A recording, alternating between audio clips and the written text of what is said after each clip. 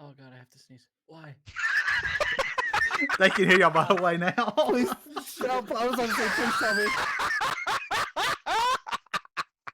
Like, please tell me the first thing they're going to hear is, oh god, I got to sneeze. Oh. It was.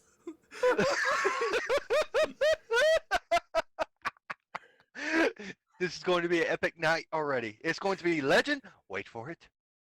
Derry! Yikes. That's a I am mic. Well- I am embarrassed. I just want to throw that out there. Well, welcome everybody to episode 5 of the Hobo Slayers D&D. We have our regular group, of course, and from there I'll turn it over to Mortanis. All right, for those of you that have not been paying attention at home, last week the characters have been journeying from the very far northern town of Icebrew, heading on down to the capital of the area that they're in order to deliver the mayor of Icebrew unto justice itself. And on the way, they got attacked by some goblins and then attempted to murder a person and liberated a strange arcane elemental type of gem from the man's basement, as well as his roast chicken. A lot of roast chicken. And now all the players are level 3 as they continue their way south. And hopefully we'll get to the main part of the plot sometime in the very near future.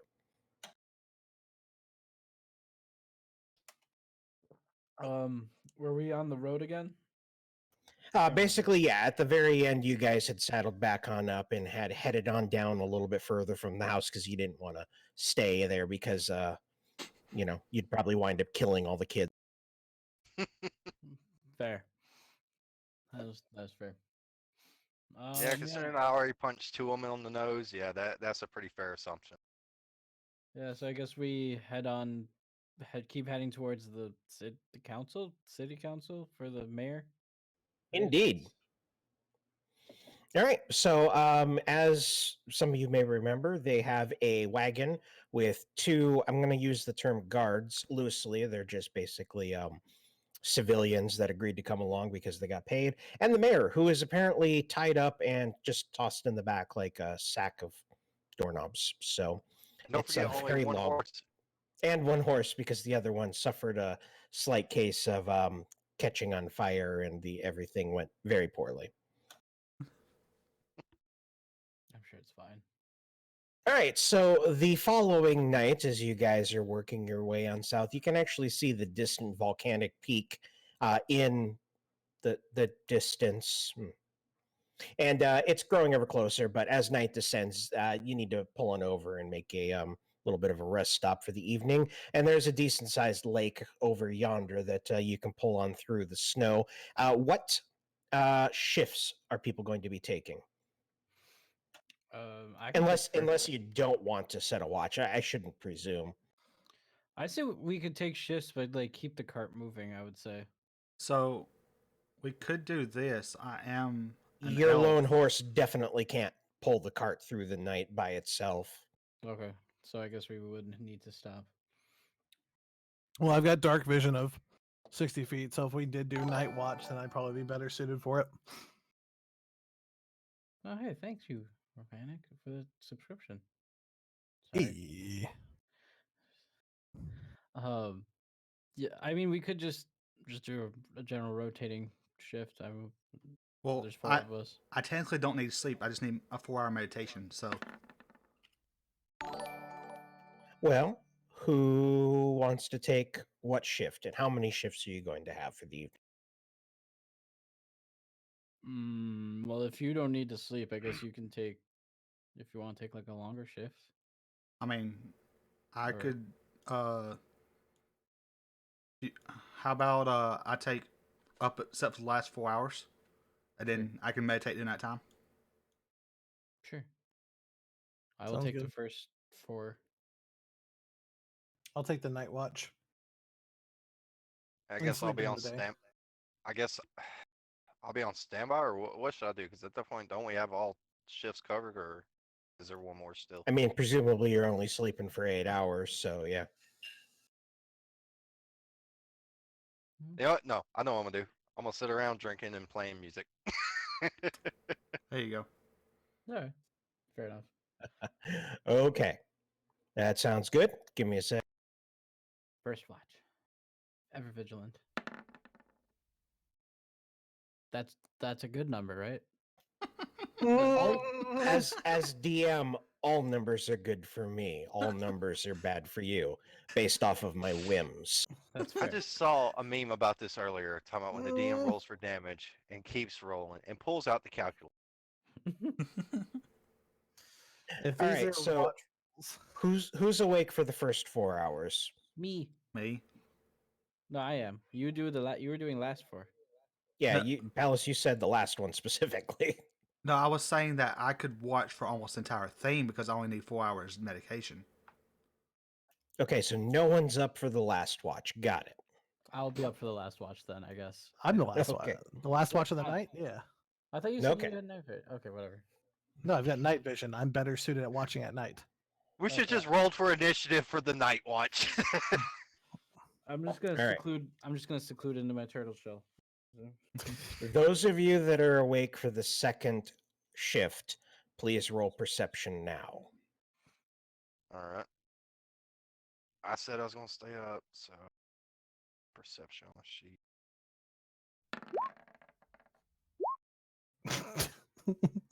Wow. It's cold. I'm tired. Okay, Palace, we literally just went through. You said second and then first, and now you're in second again. I'm awake all except the last 4 hours of the morning. This is the last 4 hours of the morning. Oh, gotcha. I misunderstood what you said there. The last shift. Gotcha. Okay. Ignore my roll then. Okay, so we got a 5 and an 8 for the people that are staying awake. Gotcha. Okay. I blame it on the alcohol. I mean, yeah, that's fair. I'll sleep at the reins. I'm sure it's fine.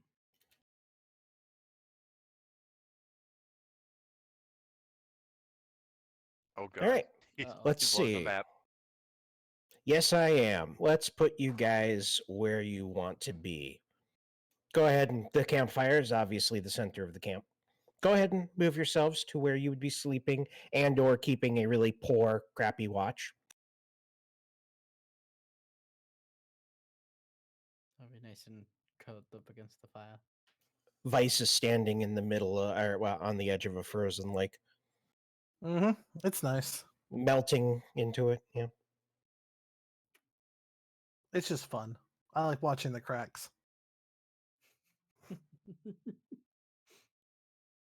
Oh yeah. Okay, give me a second because I forgot to load all this. Besides, the closer I am to light, the harder it is for me to see with my dark vision. Because otherwise, I got all this on lock. If I didn't have a nat 1 perception, was too busy with the water, the frozen lake.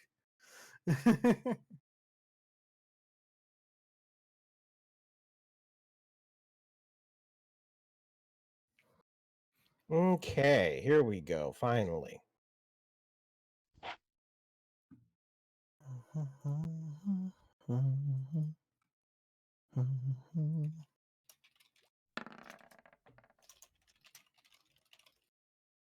Web. Oh, hold on. Sorry, I gotta roll that better here. I gotta roll that. No, you don't have to roll it better. That's fine. I have advantage. Uh, There we go. Yes, that works an awful lot better. Vice, would a 19 hit your AC? Yeah. That's what I thought.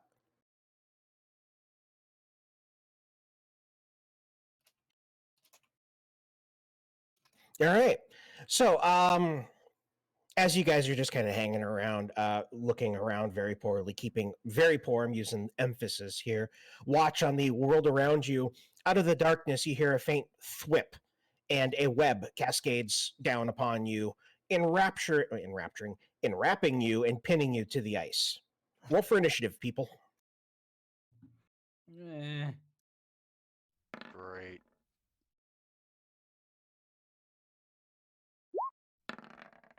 Mm. Okay, why? Hold on. Don't roll any more initiative for a second because for some odd reason it didn't clear.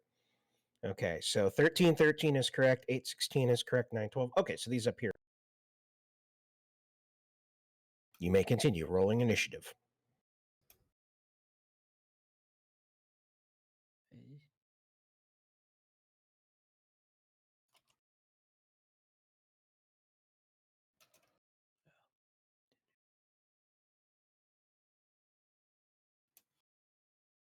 Those are some.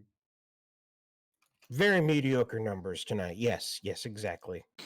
Yeah, the dice are being unkind.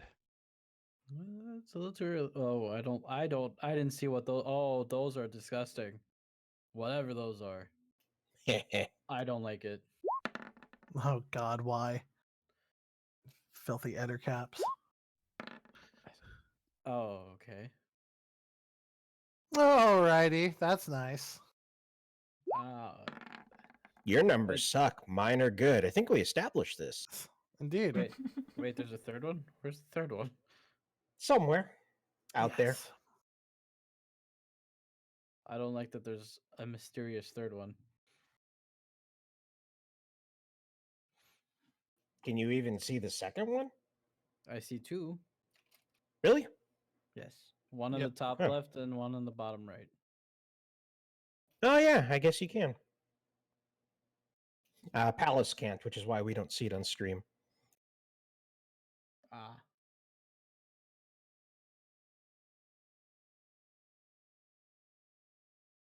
There we go.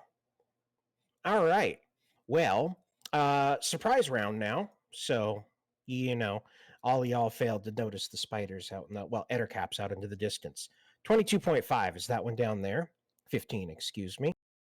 And it is going to go ahead and double move, closing in on one of the unsuspecting targets.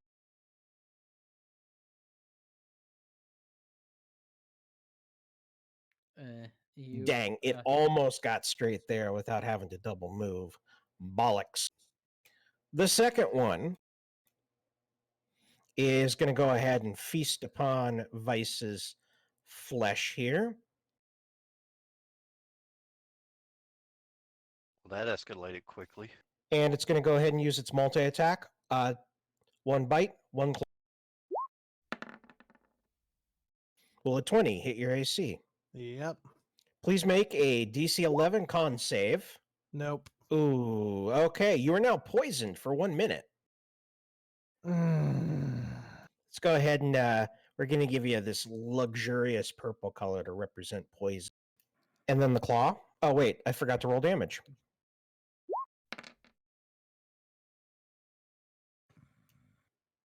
Yep. That is 12 points of damage, unless you got poison resistance. I do not. And here comes the claw. The claw. Okay, I'm pretty sure that's a miss no matter how we roll it. Yeah, thank God. All right. Well, it attempts to claw at you and gets caught in the web, apparently, or something along those lines. And the final one. Let's see. Where is that guy hiding at? All the way down. Huh. The DM loses his own monster. Yeah. It just became uninterested. It was like, Okay. How did the Eder caps get doubled up? Oh, they both went 19. Oh, okay. I just went in the wrong order when looking at them. Doesn't matter. This one's going to double move. Double move. And one scrambles across the ice, its claws skittering up across the hard, slick surface as it comes tearing out of the night to the south. I'm not gonna lie, the thought of that actually gives me chills, like the bad kind of chills.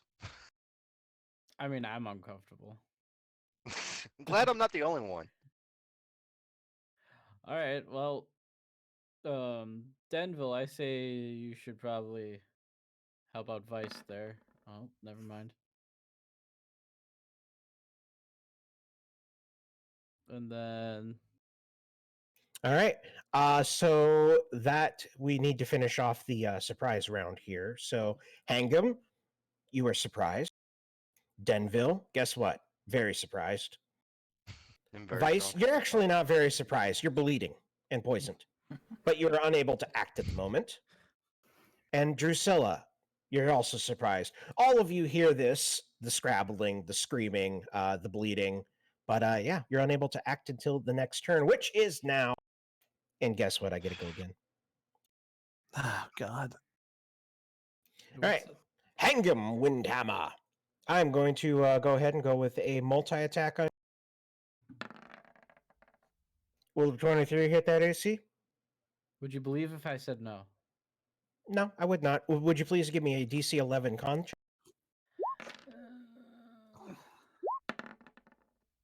Hey.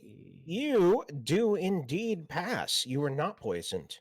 I'll take But you that. still take you just take the 9, I believe, not the +2 poison. Oop, ignore that. However, incoming. Will the 23 also hit again? Yeah. Jesus. And you take 7 points of slashing damage as the creature just rakes at you with vicious chitinous spider claw.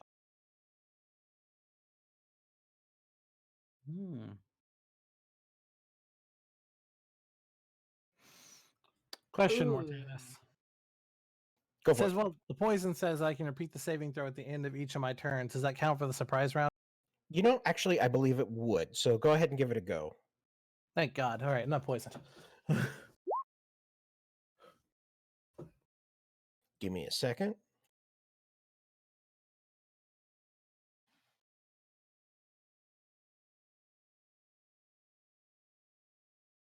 What? Oh.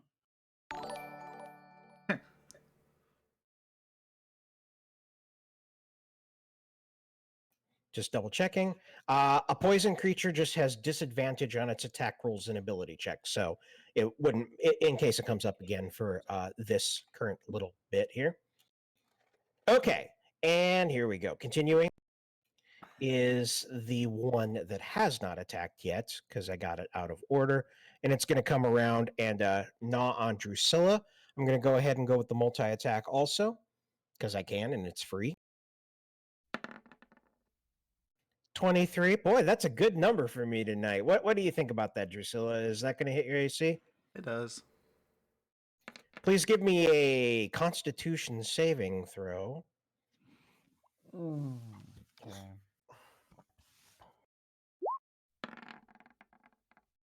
Ooh, you successfully pass it. You'll just take the 10 then. 10 damage. Correct. Okay. And I just remembered to take the purple off. So, and then the one that is still on Vice is going to go with the, well, you know what? Multi-attack. Imagine that. Biff it. Biff it What? twice. What do you think? 16? Yeah. You're still, you got to make another con check here. So, oh yeah, Doesn't matter. I'm down. 6 points of bitey damage drops Vice to the cold ice, webbed beneath the web. Hmm.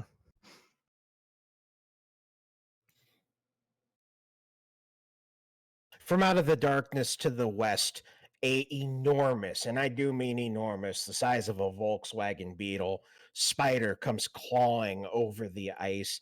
Its enormous legs pounding down divots, into the surface of the lake as it scrambles on forward. And as it approaches, I accidentally hold down control and resize my browser window. Hold on. There we go. As it approaches, it suddenly flickers in a shimmering rainbow of colors and vanishes. No, thank you. No, thank you. Hangam Windhammer. Okay. Well then, I'm going to first off swing wildly at this one attacking me. That's a really good idea at this point. Two-handed. 16. A 16 is definitely sufficient. Okay.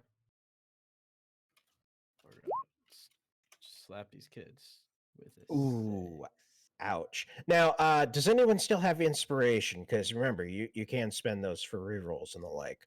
I do. Just put that out there. Okay, so nonetheless, while flailing wildly, you whip out for a striking 6 points of damage on the one. Please tell me these are glass cannons. They are not. These are beefy boys. One can Yeah. dream. Yeah, they've got 8 hit dice, so Excuse me, what? yeah, it's a lot of hit dices. Mm-hmm. Oh, cool. So we're actually Let's all see. gonna die.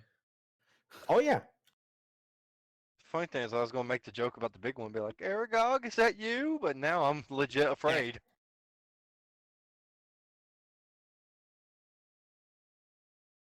it takes a tiny little sliver off of its health. Look at the tiny, teeny sliver there. And you've got, excuse me, a move equivalent or the like. Hey guys, I think we should pick up Vice here and head in the opposite direction. Because I don't think we're killing these guys. Either way, I'm running over to Vice and try to get that one distracted so it doesn't. Be mindful of Alan. opportunity attacks.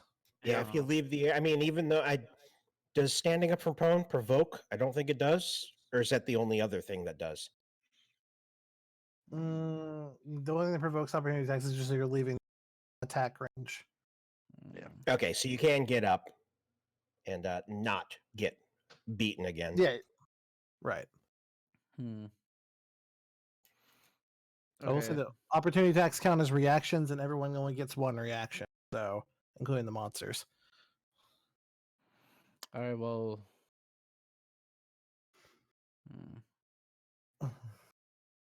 Hope somebody has a healing potion. Do I think there's a couple lying around. And I have healing spells, remember? Depending true. on you. Denville. Excuse me. I'm going to cast Healing Word onto Vice. Yay! So let me get Okay. to it here. Good luck. Maybe I won't die.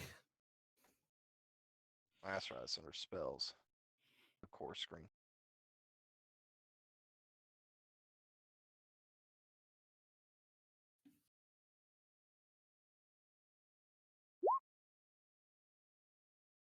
It's not much, but at least you're up.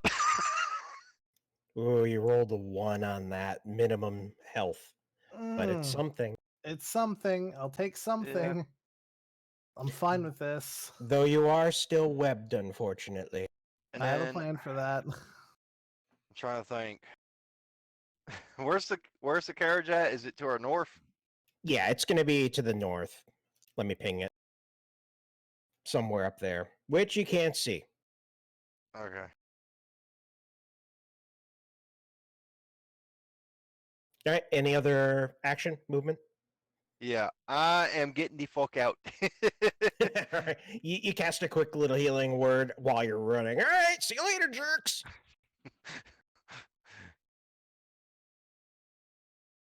Vice, you come back to consciousness, bleeding, no longer poisoned, webbed, feeling very, very fucked.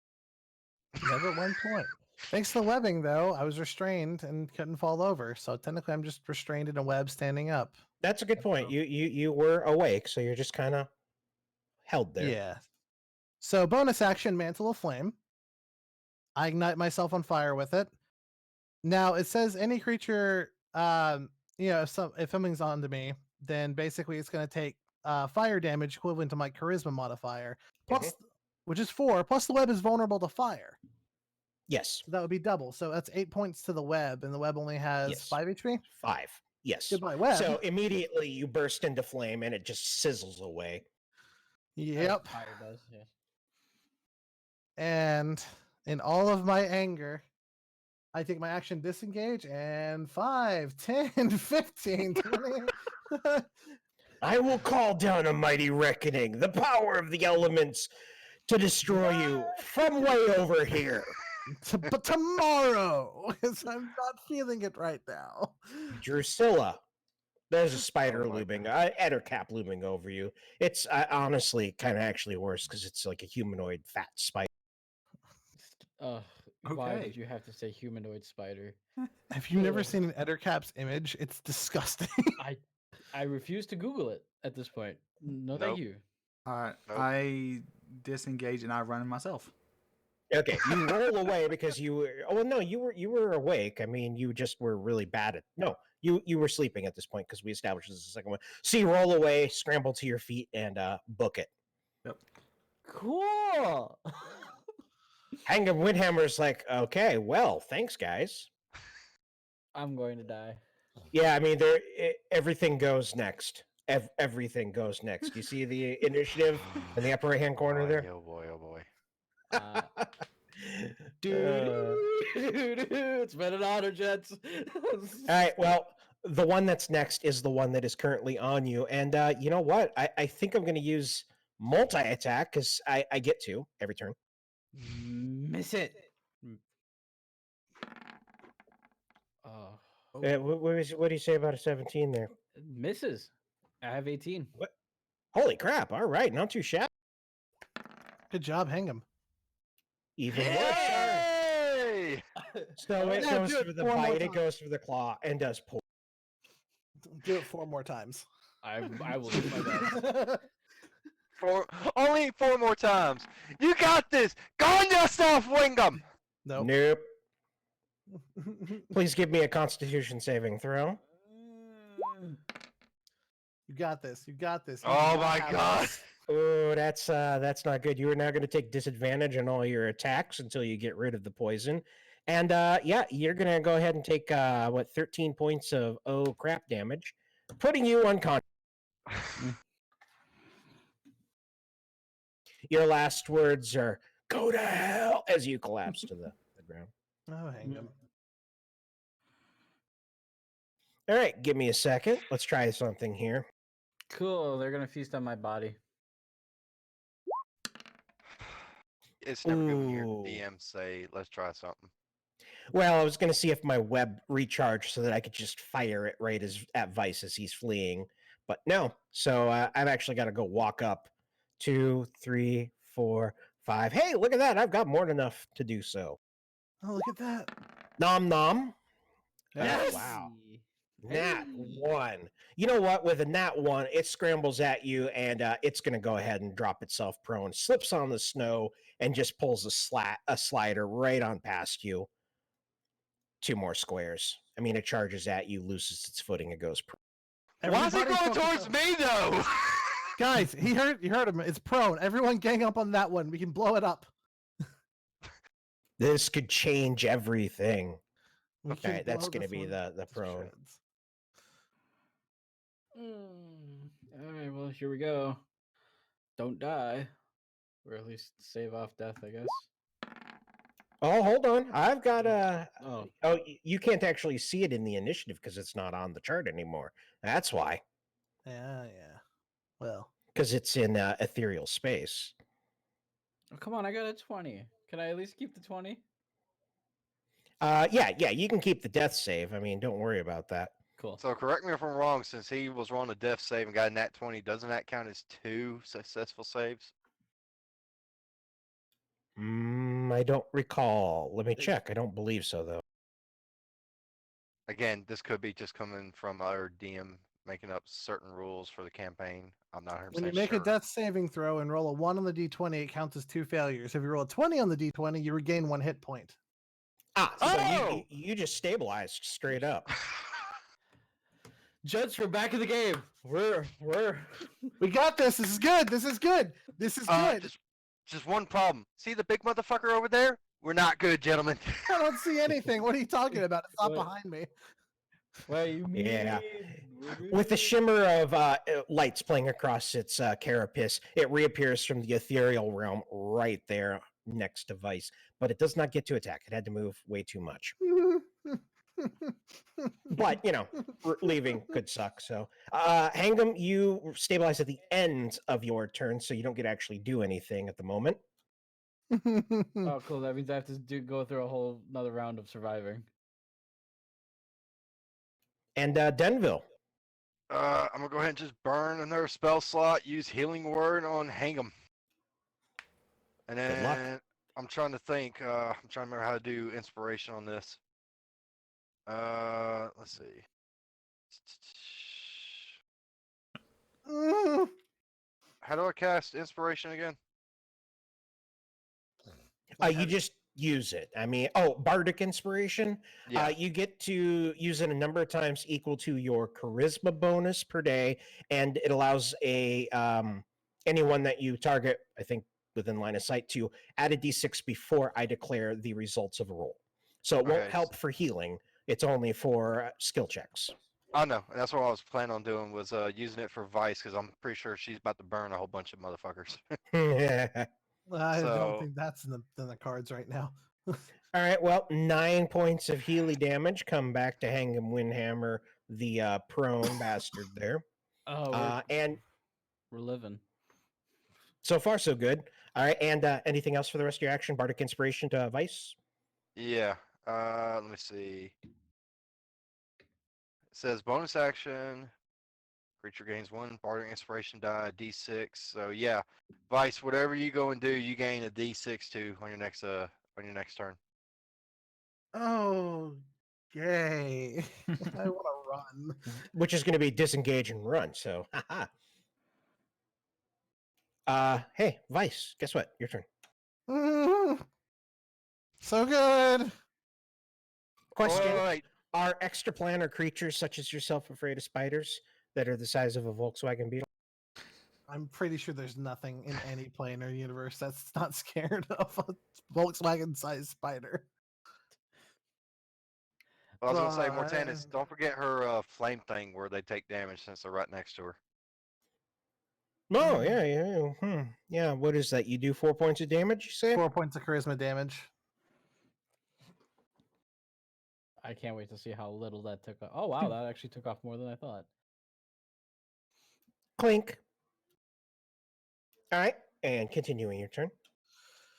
Oh boy, oh boy. Oh god. Running is the smart move. But That's an awful large butt. mama didn't raise no bitch. Where's my circlet of blasting information? Range between damage type fire, damage 5, attacks 5, attacks 5. Whoa. Okay, mods, thank you for that. Okay. Denville, do you have my back? Aye, lady! Or excuse me, aye, lassie, I got your back. No one knows what gender. Yep. She's too scary. We don't care to mean- check. To be fair, she's wreathed in flame 90% of the time, so no one's going to go check. Yep, and none of us dare to go check in the middle of the night when she's asleep, let alone any other time. Then I It, have... it reminds me of Red versus Blue, trying to figure out what the gender of whatchamacallit is. No, seriously, what do you have between your legs? Doom. That's Vice to a T for sure. Dude. Okay. So bonus action, I'm gonna go ahead and cast Dragon's Breath on myself for a fire damage, Oh, okay. but I'm not gonna use it yet. I just have it on me. So I'm gonna have that as my bonus action, and that's my main action on Wing and a Prayer. I'm gonna use my blasting. I'm gonna circle to blasting to cast Scorching Ray. 3 rays, all on the Glimmering Spider. So, just as a little aside, Dragon's Breath requires you to concentrate, Yes. and casting another spell breaks concentration. Casting another concentration spell would do that. And you must maintain your concentration while you do. If your concentration is broken when you cast a spell, but you don't expend the spell slot. You can't concentrate on 2 spells at once, but an instantaneous attack spell is something different. Normal activities such as moving and attacking does not interfere. Okay. Casting another spell that requires concentration. Okay, cool. Looks like it is good to go. Okay. Lord have mercy. Big boy spider. Let's hit it with the circlet of blasting. That's a lot of damage. That's actually Impossible. That's a it- bad. that's an attack. That's not damage. Oh, Yeah, that was a roll to hit, but that doesn't seem entirely. That was a 19 on the die. Yeah. Oh yeah, it is. Actually, no, that is right because it was a +5 to hit. Charisma. Gotcha. That's actually right. So That is pretty crazy. And I'm going to go ahead and say that, yes, a 30 will hit anything. God himself could not dodge this blast. Yep, this is official. She is the deity of napalm. Just all bow before her. That being said, I have to roll this 2 more times. 28. What? 20. I have 3 different beams, each Yeah. one doing its own damage. So 3 rays, each of them are 2d6. And hey, guess what? Its AC is not higher than any of those. So, and I do not have any sort of yeah, I was gonna say you can just go ahead and roll the mediocre, but still that's one heck. Whoa, So whoa, three whoa, I'm not done yet. Each one of those, add my modifier additional as my current modifier is bonus fire damage. So that's 12 extra damage. And don't forget the bardic inspiration. That's if I doesn't- needed that it. That would have helped me with the attack rolls if I missed. Yeah. But Oh. no, that's 12 extra fire damage just because I can add my modifier to that. So that is a grand total of, let's see, 18, 24, 36. 36 damage. Mm-hmm. 3 separate beams of fire race out of the circlet, searing off of your wrist and arcing up into the air and then crashing down right into the dead center. Spiders have thoraxes. I don't know. It doesn't matter because it's missing now as the spider is just torn apart in a torrent. How about that? Of fire and black ichorus blood, and it dies. allow me to repeat myself in saying that's a lot of damage. Not bad. Not bad. It had 32 hit points and a AC of 13. So, regardless, you squashed the bug. And since that guy's prone, can I get around him without taking attack of opportunity? Yes, you can. Yeah. 5, 10, 15, 20, 25. Go get him, Denville! What? I'm a asked if he scared had his innocent back, girl. her back. I'm a scared innocent girl. I can't fight. What are you talking about? Scared innocent girl that summoned the power of 1,000 suns to kill the spider in one hit. Right? To be fair, if that still didn't kill it, I was gonna have it as empowered spell and reroll the damage. Okay. Yeah, you're doing this and Devil's going. You're What? tiger, Denville. Eek! Doing the I'm sorry, Yeah. an all-powerful a god of CR3. flame, an all-powerful god who can kill a monster the size of a Volkswagen going eek. It's just going to be one of the moments where I go, I need a drink. I need a drink. I'll drink to that. Yeah, that was a CR3 by itself. So this was designed to be a hard encounter because the other caps are CR2, but they double when you get them in a group. This is a deadly encounter, and he just blew half of it out of the water straight up. Hey, Drusilla, would you like to do any? Would you like to follow that up with anything? Oh, Well, I have It is a free action to wet yourself. Want yourself from the Ettercaps or from me? Yes. Yeah. there's no question about it. It's either way, yes. I have a question because I'm new to spells here. Does a Mhm. cantrip count as a action? Yeah. Okay. Help me. It's just a 0 level spell. You get infinite. Well, you don't get infinite. Well, you get a lot. It so, doesn't take up a spell slot, so you can use Yeah. them as much as you want, basically. Yeah. Gotcha. Okay. Within the But- limits of the spell. Yeah, still in action. Yeah, the best way I was described the cantrip, it's like a firebender using a match instead of using his fire ability. Okay. That's That's a good. good way of putting it. Yeah. Then I'm going to Excuse me. see what this says here on this.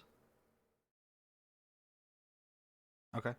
I'm going to move down so I can see it. Which it? There's still 3 of them. The one right here. Prone one? Oh, okay. Mm-hmm. I see. And then I'm going to cast Frostbite. Ooh. All right. You need a Constitution save of 10. There's no attack roll on that? No, it's a con save. Oh, okay. It's either it saves or it doesn't, and if it doesn't, it takes 2 damage and gets disadvantage on its next attack roll. Oh, Correct. that's I did not make that. Yep. So you have disadvantage. Let me read that again. Yep, disadvantage on your next attack roll that you make Correct. with that creature. Okay. We're gonna mark that as a green. Hopefully I remember. Please remind me if I do. Oh, I got you. Oh, Okay. you know we will. Any other actions? I mean, you moved and you shot, so you got a bonus if you have anything for it. I have a bonus. You have a Well, bonus action. everybody has a bonus slot if something gives it to them. I'm just saying, in case you had something else that you could do on a bonus. It doesn't sound like you do, so we'll I move don't on. think I do, but so let's just Wait a minute. Palace, you might want to check and see if you can shoot the bow on a bonus action or not. And by the way, Mortanis, you put the green dot on the wrong one. Nah, that's the one that he That's my highlighted attack. when I was. That's Yeah. the one he attacked. Okay, I thought you was attacking the one that would. I thought you said you were attacking the prone one. No. I'm No. attacking the That one that's one. attacking Hang'em. Oh, gotcha. Okay. One of the two. Yeah. You know, the one in immediate danger. Yeah, relatively speaking. Okay, well, I don't think you can actually use your bow as a bonus without some sort of a special ability, which I don't think you've gotten yet for Nope. fighter. So here we go. The one on the far south is going to go ahead and attempt to kill. Can I roll a charisma a thing on it and ask it to not to? You cannot. Spiders are not attracted to you. It missed. A 7 will be a miss. Not bad. Not bad. That one is having a hard time touching me. That's also a miss. Okay, so yeah, the spiders are not attracted to you, nor can they touch you. So, You know what? I'm fine with that. all right, now the one that will take disadvantage, and its next attack. So, only one of my 2 attacks get disadvantage. Yes, Correct. All right, so bite as always, disadvantage. Miss it. Boy! Oh, that's a little bit of a painful bite, right? Will a 20 hit? Yes. Oh my God! I am. Go ahead and make your con save just in case. I mean, it doesn't matter, but go ahead and do it anyway. No. You got the purple, son. All right, go ahead and take your 13 points of whoops, I'm unconscious damage. And you know what? It thinks you're dead, so it's going to go ahead and move on. Look at it this way, Alan. You can't be poisoned if you've been downed. That's a good point. You can't be poisoned if you're dead. And I looked But, over. Technically, it's not. He's still Once- poisoned. So Paraphrasing. I would like to point out the whole time, this whole thing, I've been up, down, up, down. This is really frustrating. All we That's- do is win! Win! that's what happens when everybody on guard duty fails their perception checks. That's what happens when he rolls a 19 on what actually encounters us. That's true. Okay, this one's going to spend 1 move action getting up and then another move action chasing after Vice. Okay, listen here. I'm done with this thing. And my frostbite was only one. The next one, so I believe you can remove that green. Yeah. Good point. Hangman Windhammer, would you like to make a save versus not dying? Well, like, maybe I can go 2 for 2 on this. Let's go 2 for 2. That no. That's the opposite. Yeah. That's 2 failures. You slip 2 slots closer to death, leaving you with No. Denville. Anything you want to do? You can go ahead Yeah. and say Yes. a little prayer. No, I have a plan. By God, the Bard's going to pull us out of this. Y'all watch, boys and girls. The Bard's going to pull us out of this. So that one spotter decided thought it was going to be a smart idea. I'm going to try to attack it. And does a 13 hit?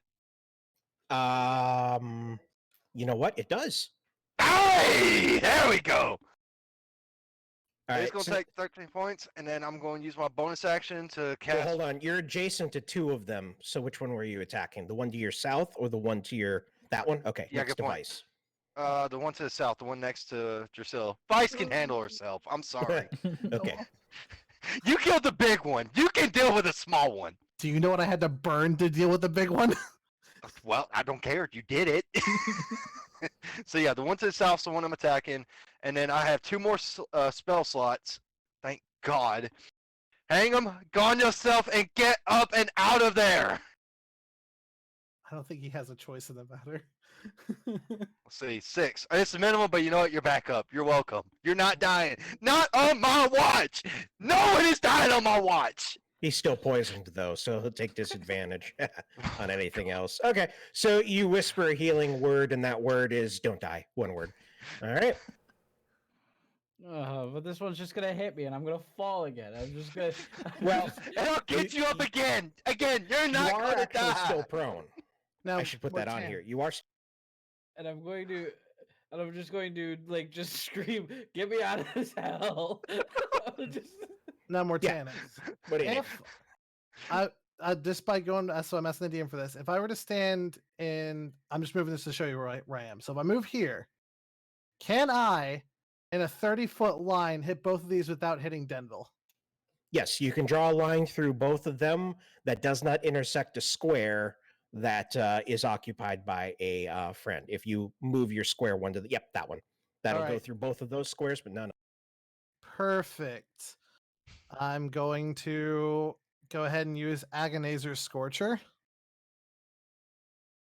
And we're going to add 4 to that because of my charisma roll, and I'm going to burn one. I'm going to do 1 spell point or 1 sorcerer point to empower the spell and reroll 1 of the dice. The last one, that's the roll the 2. Mm-hmm. Well, it's still better than 2. So Okay, that so is 14. plus 4, so that's 18 fire damage if they can't make a DC 14 deck save. Okay, the closest one. As soon as I figure out what button to click here, come on. Come on, come on, come on. That's. Ooh. Let's go! Let's go! That's also a fail. Let's go! Oh yeah! All right, so what was that? 18 each? Yep. Wait. Can I just pause for a second? Alan, are you messing with a squirrel? Yes, this is my fucking. I'm stressed out squirrel. I'm sorry. Leave me alone. I was just looking at the camera. I just see a squirrel. This is Sam. He's my new mascot, and he helps me out when I'm in times of stress. I'm sorry, Okay. Lieutenant. Continue. No, that's fine. So both of them taking straight 18. As you can see, severely damaged one and halfway damaged another. Not bad, not bad. Anything else you got going for you? I think you moved and you shot your wad, so I've got more wad to shoot. You don't worry about that. I've got plenty of wad left. But at the moment, this one also takes an extra 4 damage from being near me. oh, good point, good point. Oh, I'm sorry. right. I've composed myself now. Drusilla. Okay.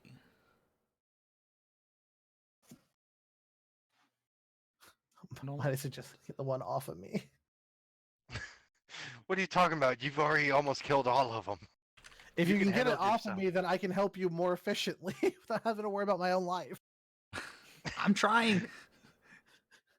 Ten will protect the casters. What do you think I've been doing? I've cast 3 out of 4 spells already, and they all been healing word. Okay, I'm going to cast Chromatic Orb. Yes. So, Obliterate them. Just don't obliterate us in the process. Come on. Hey. Okay, and which one were you targeting? The one adjacent to you? yes. Okay. Is there any attack rolls, defense, whatever? I mean, 17 hits. So, oh, okay, yeah. So go ahead and roll. So choose your elemental damage that it's going to do and click Chromatic Orb to roll the damage. Seeing Vice doing what she did, I'm going to choose fire. Naturally. Naturally. I'm And- so proud. let's see. And then attack hits takes 3d8. So Wow. that. Yes. Oh, look at that. Dropped it. Okay, and I've got to take a quick AFK for like 3 minutes or so. We'll be back. Well, you guys can stay on and keep talking, but I will be back shortly. Give me just a minute. I apologize. Good time to talk to the chat. Yeah, it's all Yep. good. So I keep seeing everyone's talking about Alan needs to die. I reiterate, no one is dying today. No one. Dying hurts. At least Vice isn't. Vice doesn't want to die right now. Protect your glass cannon.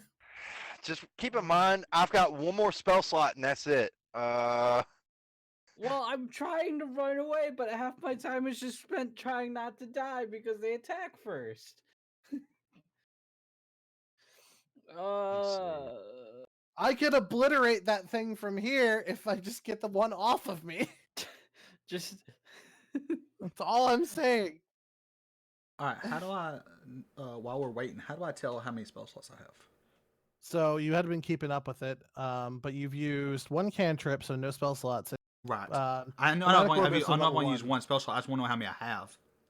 So you're level 1 wizard, aren't you? Yes. You should have base 2 level 1 spell slots. Okay, I see now. I was gonna Okay. say, On the spell if you Just go to spell track one. spells, you'll see it. It should be right above your level 1 spells. It'll say slots total and then slots remaining. Thank Yeah, you. so you have 1 left. Okay. Cecil, I'm not opposed to it, but at the same time, that's gonna be up to Mortanis. Do donate bits to give you another heal. Oh my god, could we include that as a thing? If you like, I'm not heal your opposed third-party to it. members? I'm not opposed to it, but if we go that route, we risk turning this into a pay to determine campaign. If the people want, to do that, that's fine. Help You the realize players. how crazy that's going to get, though? We've already got a goddess of fire, let alone a Volkswagen-sized spider. This campaign's already wild enough, let alone if we add that feature. You hear that, guys? They called me a goddess. That's what you got out of that? That's all I got out of that one. Now, Meaning like a literal god, but you're a woman. Okay. I will Yeah, I say, if we did go that route, all proceeds would go to benefit the team. 100%. I'm good. Because it's a team channel. All proceeds go to help the team grow and do anything what we need to do for the team. We could do pay to buff and pay to debuff. Maybe they can make us fail a ability check. Oh, jeez. I don't need any much of a disadvantage. I apparently suck at this. Dude, you're basically like describing my in-person D&D campaign. I the other day, I rolled and got 3 crit fails in a row. Oh my god! Was it the same die? Yes. That lose a die needs die. to get tossed. You need to get rid of it, man. That's Get it. new dice. That was expensive Palace, dice, though. You know what you need to do? You need to get a bowl with water and salt in there, like mix the salt good, and then see if that die keeps rolling low or not. No, Cecil, we are not getting another spider. I mean, technically, if you could, if we included that as a thing, that's up to Mortanis and. Okay, so Mortanis, Cecil wants to know if they can donate bits to give another heal or to bring another spider in the fight or anything along those lines. You know, it's a possibility, but I think we might do it with like channel points or something. But That'd be better. we can think about it. We should talk about that as a group because you know that could be severely disturbing if another one of these things popped in right now. So I we agree. can talk about that after stream and then figure out because if people wanted to do that, Yeah. I'd be okay with it, but only if the entire party is. So Right. all right. So Drusilla, you blew one of them up with the chromatic orb. Yes. Yes. Any movement you would like to follow up with? Let's see. I only moved. I would reposition if I were you. Mhm. Like to get close to the other one. Either go to the other one or just get in striking distance between both. Gotcha. Or See. out of my striking distance. Yeah. That's a good point. I'm actually. Let's see. When do you go? You go before me. So I'm gonna move. Let's see. How much movement do I have left? I just moved 5. You didn't move at all. Oh, I didn't move at all. That's right. Okay. So 5. I'm gonna move right there. And I'm done.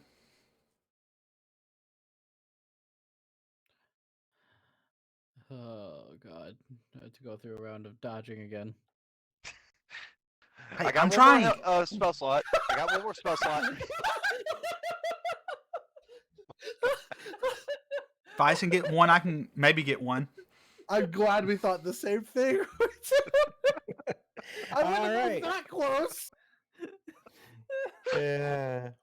All right, so it is the other, the southern one, and since Hangam still appears dead to the Ettercap, at least prone and down, so this one's going to go ahead and just shimmy on forward and take a delicious little bite out of the Drusilla, I like how you got the text there. just in case, you know. Will a 16 hit you? Oh, let me see. Get the right thing pulled up here. Oh my god. Arm class is 16. Ooh, that's a hit. Go ahead and give me that con check, please.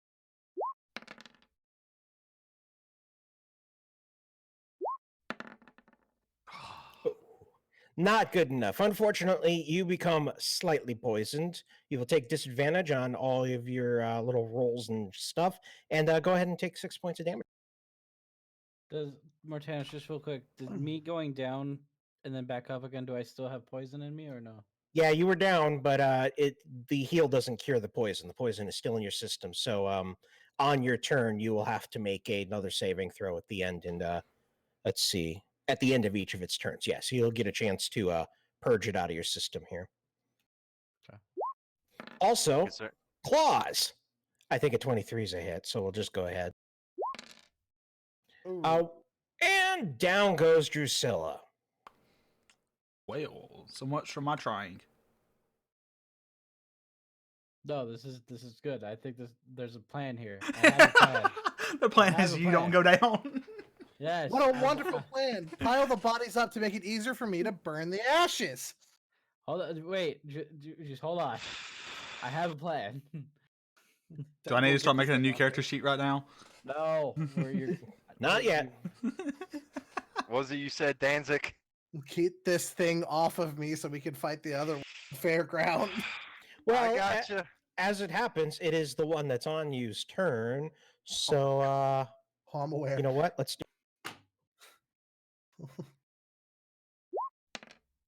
If it comes down to Oh, that was almost a 5. All right, so its web is still not recharged yet. So we'll just do the old-fashioned kill. Come on. What are these? Oh my rules, god. Then we'll get ready to pick them back up. Yeah. Go ahead and give me that con check while you're at it. Mm, All right, no problem. Just go ahead and take your 6 for now. yeah, about that. Oh yeah, that's all you've got. And it lunges in right there, bite to the old throatal region, and Vice goes down one more time. Get me back up and we're obliterating this thing. Oh yeah. Hangam Windhammer. Okay, game plan. I have game plan. I'm all ears. I'm running here, grabbing grabbing Drusilla, slinging her over my shoulder, Mhm. and running the hell away using both movement speeds because I'm not in. Oh we're- no. I'm not engaged. Oh. In this. No. All right, so two things first and foremost. One, I normally wouldn't do this, but you're full of poison. Give me a disadvantage strength check to see if you can lift her up right now.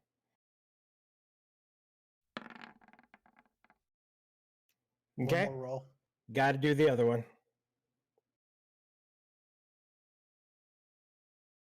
One more strength save, and they'll see whatever the lowest number is between 16, whatever you have. Okay. Yeah. Sorry, Oh I god. rolled that 3 times. I don't know what. 11. Well, we'll take the 11. So 11 is actually going to be sufficient to pick up Drusilla because she's teeny tiny, as I recall. I mean, she's like elf or something and whatnot. So it's a bit of a struggle, but let's take your prone off here.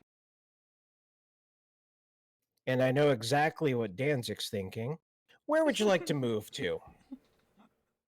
I'm going. Knowing the Vice's history, I'm going to move around, like just not in the way of fire. Okay, go ahead and move. Don't Don't Don't- move. don't do it, you fool. I said too much, I know. All right, you tossed Drusilla over your shoulder. Go ahead and move your token. Where would you like to be? Hang on, I'm- just yeet Drusilla, for Christ's sake. If you're going to do something smart, just yeet her out of there. That has Not been like- successful in times past, remember. Yes, and don't forget what happened in what was the movie Volcano? I think is what it's called, where he managed to Yeah. save someone at least. Tommy Lee Jones who jumps into the lava, the underground.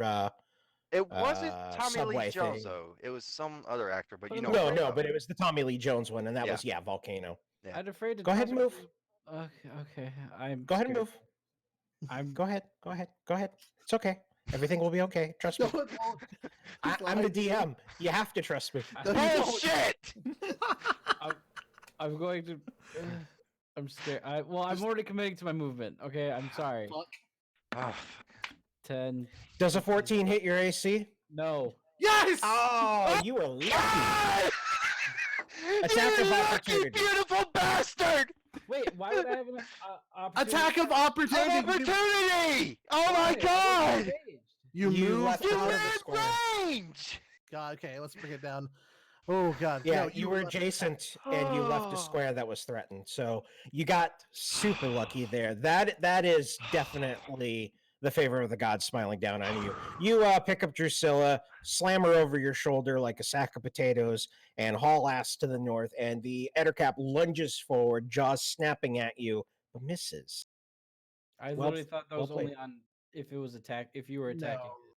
Nope, No. leaving a threatened square, regardless of reason, without taking the disengage action, yet you're gonna get bit. But you managed to not. Not Whew. bad. Denville. Okay. Get me up, get me up. That's it. I've had it with these motherfucking spiders on this motherfucking lake. I'm attacking this one next to me, and now casting healing word on freaking Vice. Burn them all! I think I'm gonna have to ask Amy to turn on the mature filter. I was just thinking that. Give it a go. Let's see. So Sorry. hold on. You healing word Vice and slashed at the one directly on him there. Yes, I'm assuming 23 hits, correct? Yeah, 23 is definitely a hit there. Ooh, not bad. Please tell me I killed it. Please tell me I killed it. Oh no, not even close. Ah! And I apologize for my cussing palates. I mean, it's just More heated. Yeah, and we'll probably want to turn that on, but it depends on how Amy wants to roll with the rest of her channel because podcasts and everything. This isn't the only thing on it, so we'll see. Nonetheless, you swing out there with your long sword, two-handed bastard of goodness, rake it right across the I don't know, solar plexus. I don't know what spider people have, but you tear it open, black goo flies everywhere, but that's not enough to kill it. Any movement? I wouldn't recommend it at this point. We've seen what happens. I'm good. I got Vice up. I did damage. I'm good. All right. Speaking of which, Vice. I want to roll. So I'm not getting up. Okay. I'm rolling and repositioning here. Right through the snow, still on fire, no less, right? I mean, Yes. or does that go out when you pass out? No, it still goes out. Let's see. So when you pass out, your unconscious form continues to burn like a Yule log. Yes. Basically. So I just imagine, someone's just like, we should probably go check to see if she's actually dead or just unconscious. I ain't checking for a pulse there. Yeah. No, is the flame still going? Yes, she's alive. You wake up a couple of minutes later and they're roasting marshmallows over your recumbent form there. Okay, you roll around and steam rises from the snow you burn away. And now that I'm in a better position, point Dragon blank. breath. That would be a lot You still cooler. have it. That would be a lot cooler, wouldn't it? Actually, what would do more damage here? Would it be Nah, that's the important question. the 3d6 or the 3d6? Ah, Decisions. Well, I already have it, so I don't have to burn a spell slot. Just deep inhale and then fire dragon breath, point blank, straight forward in a cone. So it just goes that way and Fair incinerate enough. this thing. So make a dex saving throw.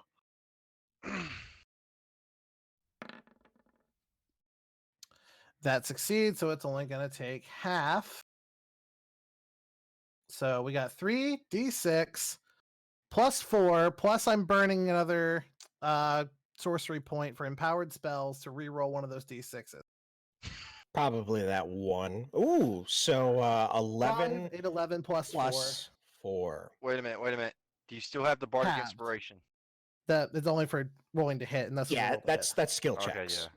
I didn't know if Fair. you were rolling to hit. Yeah, good point. yeah. So that's 15 points of damage halved. But the 4 is separate. The 4 is for you being Yes. on fire, so that's not added in. Well, no, at any fire spell that I cast, automatically I get to add my Oh. mod there, plus the 4 from it being near me. Oh, okay. So it'll take an extra 4 damage after this attack roll. Okay. So what's the grand total halved? So grand total halved would be whatever you count, 15. So either Rolled up for player benefit, so 8. much appreciated. And then the 4 is exactly 12 that it had. Yep. Oh, God. And then I'll use the rest of my movement to stand up. All right. You roll around and give a heavy breath, flaring a big old flamethrower right on up into its face and burning it clean off, and then standing up to dust yourself off the snow. Drusilla, would you like to make a not die saving throw? I'm not going to give you disadvantage on this, even though you're poisoned. Thank you. I don't think it actually counts for that, but still, No. nonetheless, it'd be funny. Ooh, that's no good. You are one step closer to the edge, and I'm about to break. All right, well, you know what that means. This one's going to chase you down, and, oh, wait. It's going to whip. Yes! Let's reverse this just a little bit. And yeah, I'm going to go ahead and go for the web. Will a 21 hit your AC? Don't even answer. We know it does. You are webbed with Drusilla right on top. They really do, Cecil. Yeah, that's very true. So on your turn, you can attempt to break it out, or you could just let the fire person it for you. But yeah, and then it's slowly going to stalk forward, very menacingly, its mandibles clacking and dripping the venom from its venom sacs as it slowly advances forward. Hey, Mortanis, you ever Hangam, been told- guess what? It's your turn. Just real quick, Mortanis, have you ever been told you need to become an e-book reader? Or a voice book reader, whatever it's called? Oh, doing audiobooks? Yeah, No. audiobooks. But I actually write. Go ahead and if you want to try to break free, you can give me a strength check. I don't think it's really hard for you to fail this, so. I said that just to jinx it, but it didn't work. All right, 17. You just kind of flex your shoulders, and the web tears free. Mortanis, hubris only works for me. I am the only one who can mess up on hubris. No, I'm pretty sure everybody failed versus door in the very first encounter. So He makes a point. I laughed. All right, none too shabby. And you still have movement if you would like to. I mean, you just literally shrug web off. Well, I'm going to get screamed at if I do it again, so I'm not going to move. But you can move. You just need to use your action to disengage. Engage, yeah. Oh. And then you Okay, can this- move without getting hit. No. As an action, the restrained creature can make a DC 11 strength check. His Oh, that's action was right. used to break free. So, So yeah, no. you Yeah. could move around it. You could do that, but that'd be pointless. Well, At this can point, you just get on the other commit. side of it? Can you get on the other side of it? That would get you out of some, fire. Some fire. I'll move here. No, I mean, you just kind of step on. Okay, well, just climb onto the spider guts. I mean, it's mostly a pile of ash right now, so sure. It's an intimidation thing. I am standing on its body. Look at me. Fucking. I don't know. I'd try. It's just Denver. I have no more spell slots. So I'm just gonna sit and just take a swig and be like, this is too much. okay, man. I can't do this all on my own. Okay. Let me see. Where's the ruler? Yeah, I mean, you got a weapon of some sort, right? Yeah. Hit and go past it, Denville. I Wait. got your back. You have full hit points. Yeah, just get in there. Get in there. All right. I'm going right here and I'm going to strike. Okay. And then get a All little right. farther. I just This didn't is want to it. test my luck. Get Fortune favors the bold. I know See? 22 hits. It does. I know 6 ain't gonna kill it though. Now move 2 more spaces. 2 more spaces where? That way. What the that? Oh. You're in the fire range. There you go. Okay. Vice, would you like to try to finish this? Burning hands. Hey, look at that. Perfect. That is definitely not a 15 DC foot. 10 save thing. That's a 14. That's a 14 spell save. I gotta fix that. Oh, okay.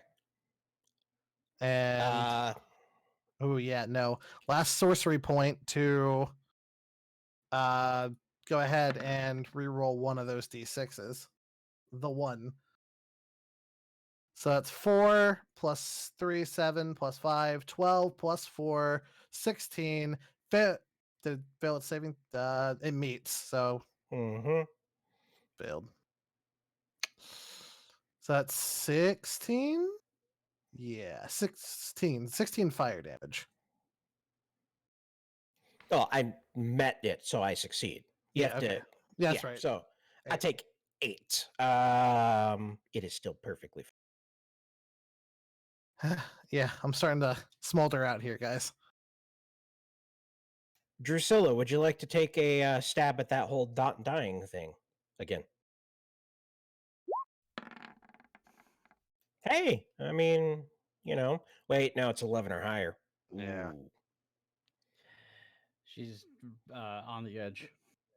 Does anyone have the ability to stabilize now that spell slots have been used up, or throw a potion down her throat or something? I don't have a potion. Neither do I. All right, do I. well, here we Wait. go. Would survival be the thing? You know what? I think maybe. Figured it'd be medicine. That's true. I do not have medicine. Well, in any case, it is the Ettercap's turn, and it's already adjacent to a target. So,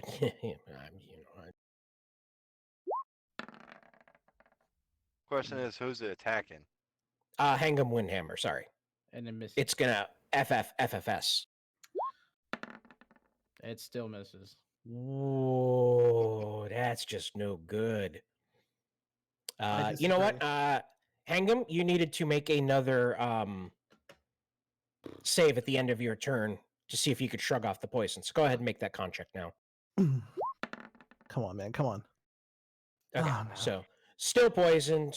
That's okay. And then it's your turn, and we got to remember you got to make one at the end of this turn. Mm-hmm. Your turn. So since I am holding Drusilla, I cannot swing my battle axe with 2 hands. Mhm. You can swing Drusilla with 2 hands. I'll allow it. Is this How- now going to be the new theme that we're going to beat motherfuckers? I with mean, other listen to people? what Cecil said. Let rigor mortis set in so you become a hard. Mhm. Oh, How much God. does what I'm does gonna hit the, you, Charles. what if I hit with a Drusilla? Is it a 1d8 or 1d10? Oh, it's a D6. He's tiny. Okay. I know my battle axe one-handed still does more, so You Oh, could okay. also just drop Drusilla and strike. Yep. that's I Ah, guess, That's true. yeah. Okay, I'll drop Drusilla. Sorry, just and Now remember, you have disadvantage for this attack. right. Yay! All full of that poison, hopped up on Mountain Dew. You know you can hit the 16. toggle to change it to disadvantage, yeah? How? Top of your character sheet, right above initiative and speed. There's advantage, normal, disadvantage. Click disadvantage, then roll. But But now you just rolled go a ahead and 16. roll a second one, yeah, because the 16 is pretty good. Hopefully you roll higher. Or 16 is just leave it there. Hey, there you go. So you get the 16, which is a hit. Yaga. Hey, 10 points of slashing is nothing to sneeze at. We might survive this, everyone. But it is still not dead. Look at that. Slightly under half health. I hate this thing. Anything else you'd like to do? You still have movement. All right. You were still poisoned. God, why? Denville, what would you like to do? Dying is an option. I will allow it. Oh, you know what? I can't remember if I have a extra attack or not, but we're just going all Would in you? at this point. Okay, well, you rolled that 24, but I was going to. Would you like a slight suggestion? But you already rolled, so. I'm open to suggestions for next round. How about that? Okay, well, the suggestion would have been if you would have moved 2 spaces to the right, you would not have provoked an attack of opportunity, and you would have been flanking, therefore granting you advantage on the roll. But you rolled a 24, so the advantage is moot at this point, and a 24. Hang on. That being said, it did technically attack Hangum, and I'm technically off to the side. So technically, wouldn't that still count? Or no? No, it has to be opposite sides for flanking to count. Okay. Yeah. Again, this is coming from playing with one DM to another. So Yep. okay. Seriously, a 6. Ooh. Oh. Inexplicably, this thing has taken the most beating without going down so far. It's about a quarter left. Vice, got anything? Mm, Did you get up? yeah, I got up. Yeah. I got up at the end. After I burning Yeah, hand, after I there we dragon's go. breath. Would you count a bonus action if I tried to stabilize yourself?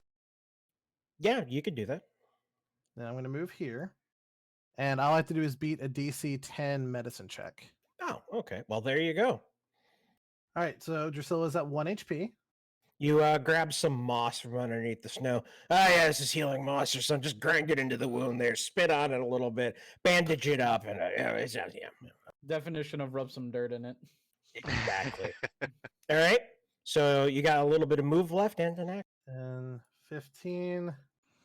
I join my comrades Standing in spider ash gut. and burning hands. 14. Ooh. That's a better roll. I'll take half. You still get to re-roll that 5, or do you not want No, to? no, I'm I good. I'm mean, it's good. pretty- I'll take that plus 4, so that's 21. half. Okay. 21 halved is 12. No, 11. 11. 11 is not sufficient to kill. But it's also next to me. It's also next to me. So let's give it a little extra burn damage. Oh, shall we? yeah. It takes 4 at the end of its turn. And this was my last turn of having it up, so It catches fire on that, and thus it goes down. Ah! I'm fine. Everything's fine. It's good. We're good. Everything's fine. So who else needs a nap? Perhaps you would like to take a additional 8-hour rest and do something. Also, I the said 2 General has guards, watch. the 2 guards in the wagon Apparently, that's where they sleep. And the mayor, who I'm going to guess you don't give him a tent or anything like that, would like to clap, but they're just not going to. You know what? If those guards on the next encounter we have do not join in, I'm going full. What was it you said, Charles? I'm going full Charles. And I'm using them as ranged weapons. Okay, well, I was very explicit that they don't do combat, but yeah. Yeah. They don't. Just because they don't do combat doesn't mean I can't do combat with them. True that. I paid So- for something. So, well, while that's all happening, I'm going to go back by the fire and just nestle up against the fire and go and pass out. Wait a minute. Where is the fire? Can we throw these spiders in there for extra fuel? Sure. Like I'm being absolutely serious. And you know I what? mean- Let's burn the big one while we're at. To Well, be fair, It smells absolutely horrible. bold of you to assume that I haven't been already torching the carcasses Yeah, that's actually a good and point. looting them in case they had anything like stuck to their slimy bodies. Unfortunately, they did not. the only thing I can think of you even remotely Ooh. looting is their fangs, like old Harry Actually, Potter yeah. style. Can I extract their venom sacs? Ah, sure. Ooh. That's going to take a nature check. Let's say that. Okay, that's fair. See if I can extract them. That's a I'm really good saying roll. yes. Yep. You go ahead and just pop that out on all of them. Hey, Drusilla, I think we got new ammo for your arrows. Heck yeah. Do I need to roll to have a Constitution to get the poison out, or like? I mean, it only gives you disadvantage in combat, so at this point, you sweat it out pretty. Okay, just thought. But I'd no, roll. as much as he's been bleeding, can we say he just bled it out? Yeah, that's true. It's just leaked out onto the ground. So, are you going to take a full rest or a short rest? Full rest, please. Full. I think. Denville, you got first watch. So am I gonna get arrested at all? No, Or you what- rest for. Let Drusilla get her meditate, and then she'll take over. Get her rest in. True. Do I technically get all my spell slots back on a short rest or no? No, Long rest. only full. Yeah, Okay. long rest. All right, but yeah. yeah, you guys are going to take a long rest, and nothing else is going to attack at the moment. So go ahead and restore yourselves up to full HP and. Huh. Hey, we didn't TPK. Congratulations, guys. It was. I actually won't say it was pretty close because it only generally one, maybe two people went down at the same time. But you did juggle that. Everybody except Denville went down, I believe, Yep. At one point. at least once. So yeah. Way to survive, get to- buddy. If we get to the next town, there better be tales of the epic bard. They accompanied the fire goddess. Yeah, I'll give you that. Yeah, well, it's official. I mean, I'm not even debating it. It's official. Vice is a deity of the Lord and Savior Napalm.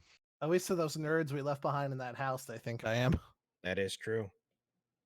All right. So, without any further ado, you guys will take another 8 hours, which means that you'll be heading out in the early afternoonish or so, but get back on the road.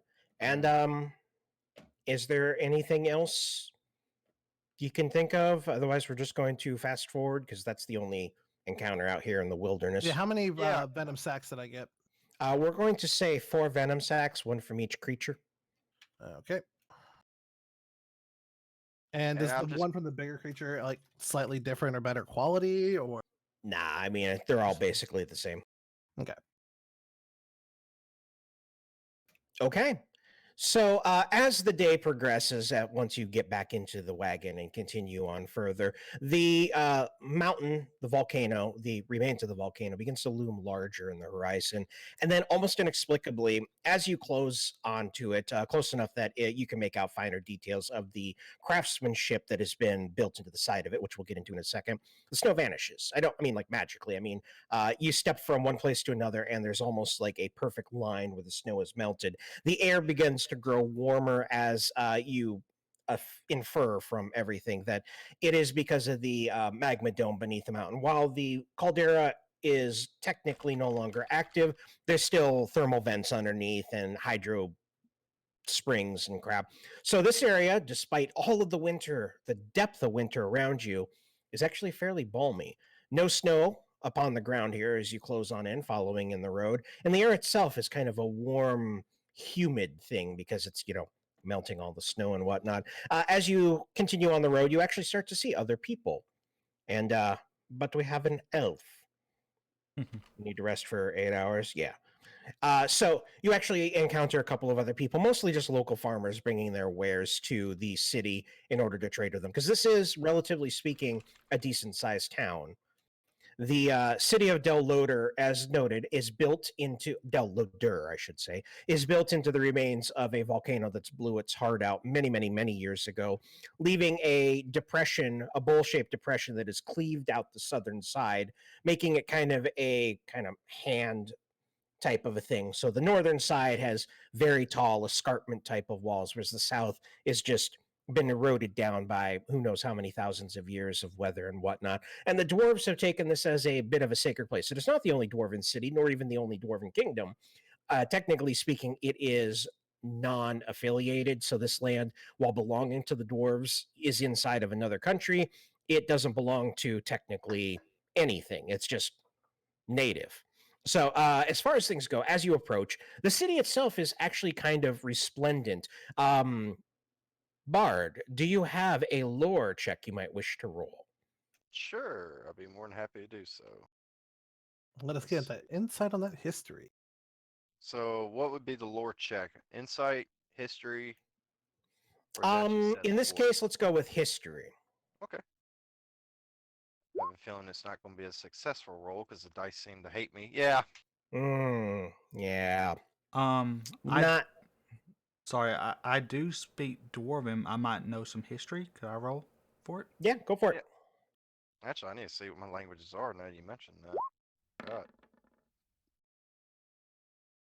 right. Slightly better. I know Dwarven. I shall try.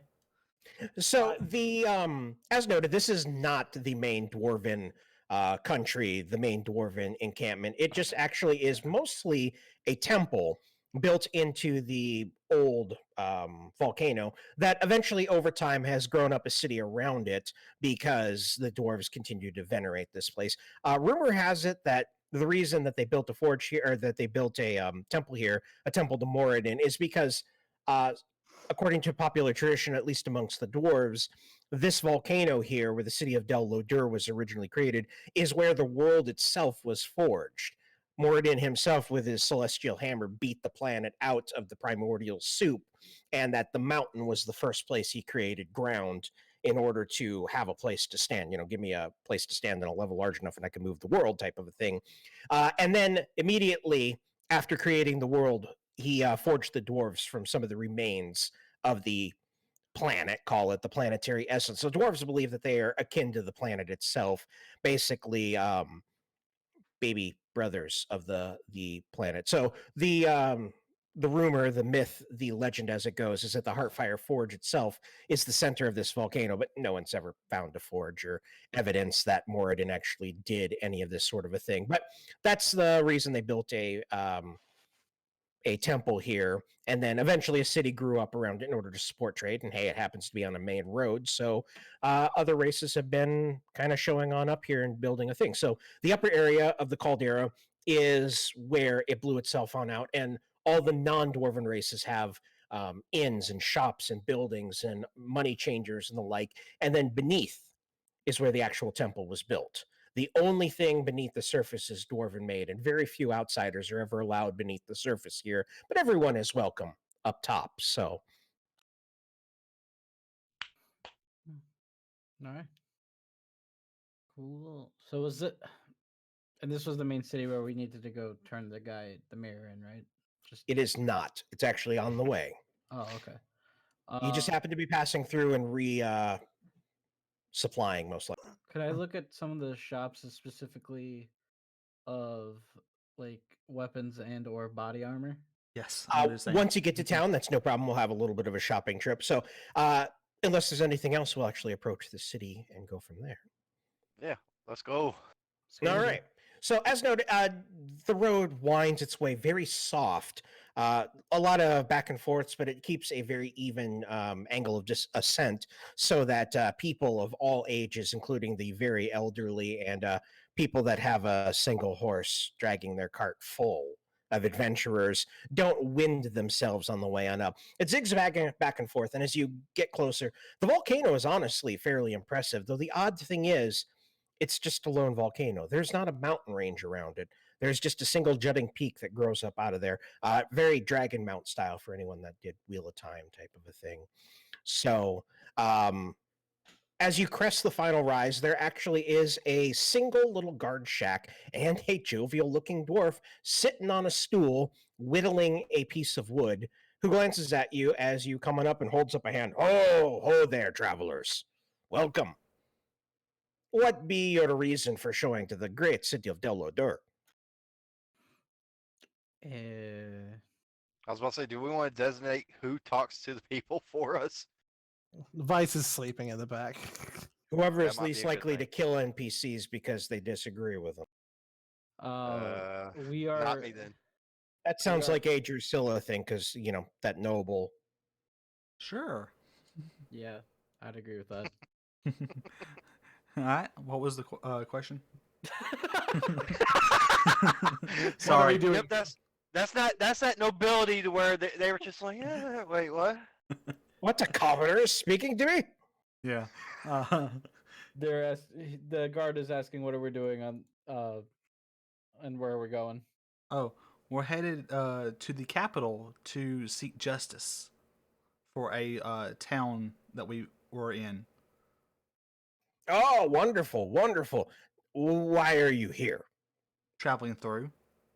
Ah, restocking, of course. Well, unfortunately, you're going to have to take the very long way to the capital. Our portal is currently offline.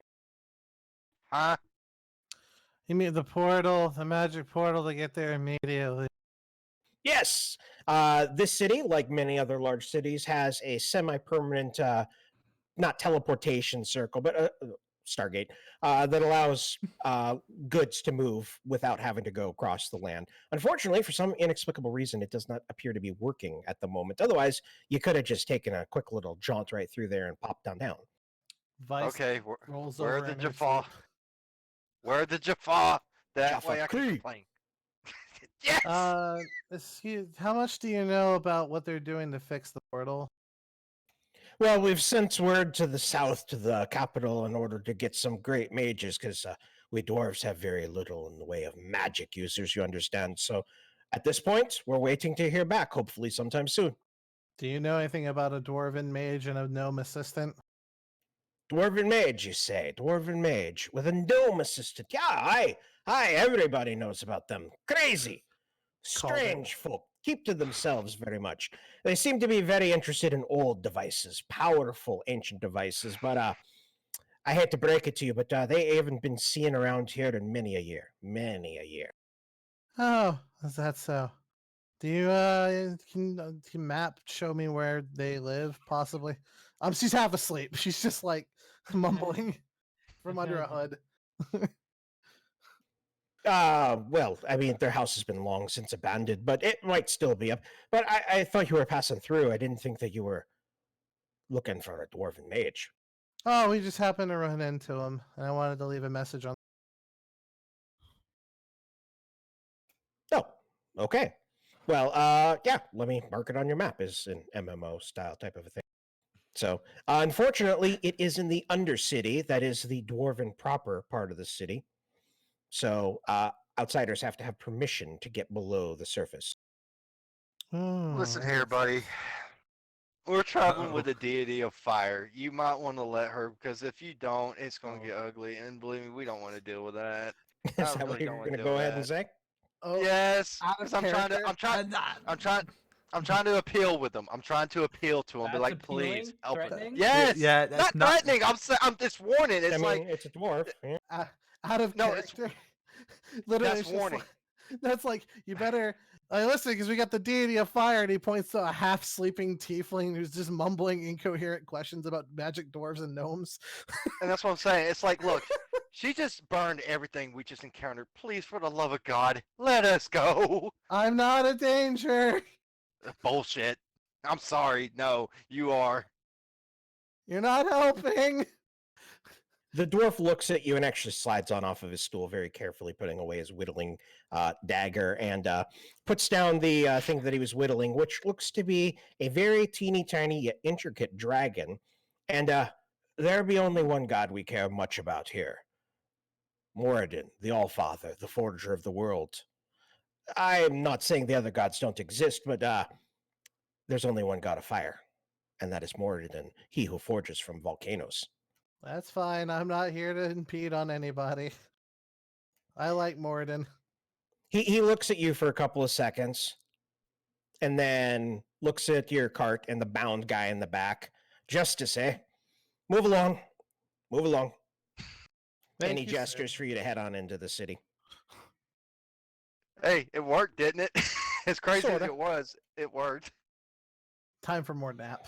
So the upper part of the city, as noted, has been flattened out inside the hollow bowl that once did this, and the architecture is absolutely amazing. All the cities have that dwarven style of blending of stone and metal that is honestly very rugged yet beautiful in its own way. Without the shining curves and floral decorations of the elves, this has its own little uniqueness to it that is just strange and beautiful to behold, almost eerie and otherworldly.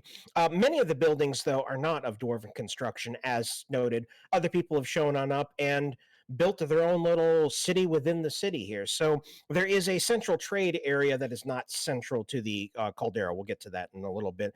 On the outskirts of the rim, right around the edge where you can look out to this look out north over the vast expanse of the plains that you just actually passed on through, are small temples to each of the other gods, except Moradin, whose temple is beneath the surface here. And so you do see a handful of various races, elves and gnomes and humans, and even the occasional orc, mostly half-orc, wandering on through town. And like I said, around the rim are these other churches, and then each race kind of has conglomerated around its own little section. So there's an area where more predominantly humans might live, and a very, very teeny tiny area where a couple of elves that are either visiting or have set up shop here for enterprising reasons have their own little buildings that are a little bit more of the elven nativeness, tall buildings, narrow and beautiful glass type of things, and then a couple of gnome type of things. And there are dwarven structures up here with dwarves in them because they are selling to the locals that show on up. So you've got money changers and dwarven artisans that sell their less than wonderful weapons that are cast-offs for, other people. So, and you get the occasional fine dwarven artisan that crafts absolutely quality stuff at an exorbitantly high price. And of course, you get the random people that show up here that buy such things because they either don't know any better or are filthy rich and have nothing better to do with all of their platinum pieces. So the upper area of the caldera is just a mishmash of buildings with very wide avenues. There's a series of aqueducts that crisscross through the city. And you can see that towards the center, where you've been told the Temple of Moradin is directly beneath, you can see that there is a very ingenious contraption to bring water up from the subsurface that looks very familiar, very much like the one that you shimmied down in Ice Brew's well, except scaled up on a way that is just absolutely massive. Chains with each link the size of a person, 5-6 feet tall, lashed to this gigantic platform monstrosity, and then head on up into the air, hundreds of feet on up, supported by gigantic pillars carved of obsidian glass, volcanic glass itself, giving off this beautiful afternoon glow. The black light scattered by the sun as it fades on off to the west. And then this platform has that intricate little bucket system that dives down beneath the surface, pulls it up, and then tips the water into a cistern that is suspended some 300 feet up in the air, and then divests the water all through the city with various aqueduct type of things. It is honestly impressive, but now that you've seen it, it looks very much like the one that you just came from. Beyond that, there is a lift platform in the dead center where all roads lead. And there it's large enough to be about 30 feet across and is lifted by smaller chains. By smaller, I mean like 3-foot links, enormous, massive, 8 of them that dangle on down from an enormous, I keep using that, but that's the sense of scale we're getting, system of pulleys that raises and lowers a platform to the lower city. There are also a couple of areas where you can head on downstairs, but those are actually guarded, not as in like, you try to get past, they'll kill you, but more like security type of checks. You get a badge, you can go beneath the surface type of a thing. So, all things, there's probably maybe a few thousand people above the surface here, all milling about, and it's the first place you've been in quite a while that feels city like. So you pull on in, and there is immediately a handful of people scrambling on towards you, all youngish, like 14 to 18 years old, holding up flyers. Sirs, and also ma'ams, I guess. How about travelers? Please stay at my inn. My father. And they're all trying to vie for your attention because you're obviously more wealthy adventurers, hoping to get you to stay at their particular inn because there's a lot of competition for this. People push and throng, trying to sell you everything immediately. Come to the shop and buy the finest bolts of cloth anywhere within the 5 kingdoms. Stuff like that. Take it they don't get many travelers. They actually get a lot of travelers, but they're trying to bilk every single one of them for absolutely every copper they might have. You know what? I respect the hustle. I've never been this wanted before, so I appreciate it. You've never been I a have- tiefling in a racist city, have you? I have one question for all them vying. Which one has a tavern attached to the inn? Immediately, one of the kids pushes to the front. If he's 14, he'd be lying because he looks like he hasn't hit puberty yet, but he has a shock of bright red hair atop his head that's held back by a very ornate leather bandana and very fair whitish, almost pale skin. And he elbows his way through the crowd, and Midas bar is the busted tankard, and it's the best in the city. Even the dwarves say so. If All the right, I'll dwarves catch you say guys so, later. That's probably the Yep. place to go. I was We about to say, have y'all can either follow or you can catch me later. I'm heading there. Bard's got to do what a bard's got to do. He immediately vanishes into the crowd with a quick look over the shoulder. Follow, sirs, ma'am. Okay, people, how about that? I'm just going to keep sticking my foot in my mouth on this one. Follow, adventurer type people. Follow. And he scrambles on off down towards a western street. I'm going to stay in the square and look at the people. All right, now which one of y'all has good armor and good weapons for a fair price? Okay. You will get directed to the we'll call it Smithy Row, where various vendors ply their trade as far as selling some, like I said, cast-offs that aren't good enough for the dwarves, so they sell it to the upworlders, and then the occasional super craftsman. So you're given directions to that. Mortan, it's just real quick for the sake of not splitting the party and just trying to. Can I just say I'm going to the bar / inn to earn gold and get drunk, and then we'll just leave it at that until we regroup. Yeah, at this point, there's not going to be any combat. I wouldn't let you guys. I'm not a big fan of split the party anyway. So yeah, we're just going to go through and let everybody say what they're going to be doing, and then we'll take it in turns as necessary until the plot re-erupts its ugly head here shortly. So starting at the top, we'll actually go. Vice, what would you like to do? Seeing how one of them wants to go to the tavern, the to town. You're cutting in and out there. Am I? You hear me? Yeah. Yes. Okay. I would like to take the path and go to the whatever the council is above ground, so that we can go see if we can house our captive into a jail cell for a night or two while we rest and relax, and 2, try and get seek about getting a pass to go below and go see the Temple of Morden. Okay. There actually is what would be loosely considered an embassy there. That's kind of like the dwarven representative on the surface, where grievances are aired, laws are enforced for the upworlders and the like. And that is a fairly large building right actually near the platform traversal down below. Excellent. Kind of makes sense. So you can head on over there. And are you taking the prisoner with, or where's the cart in that going to go? I'm taking the cart and the prisoner with me. Okay. So Drusilla. I am going to go with Hang'em and look at armor and weapons and things. Okay, shopping trip for you and Hang'em, and Denville is going to go get drunk. Drunk And like, apply his trade. We'll get and hopefully earn music at the same time, or not music, money. Yes, So, yeah.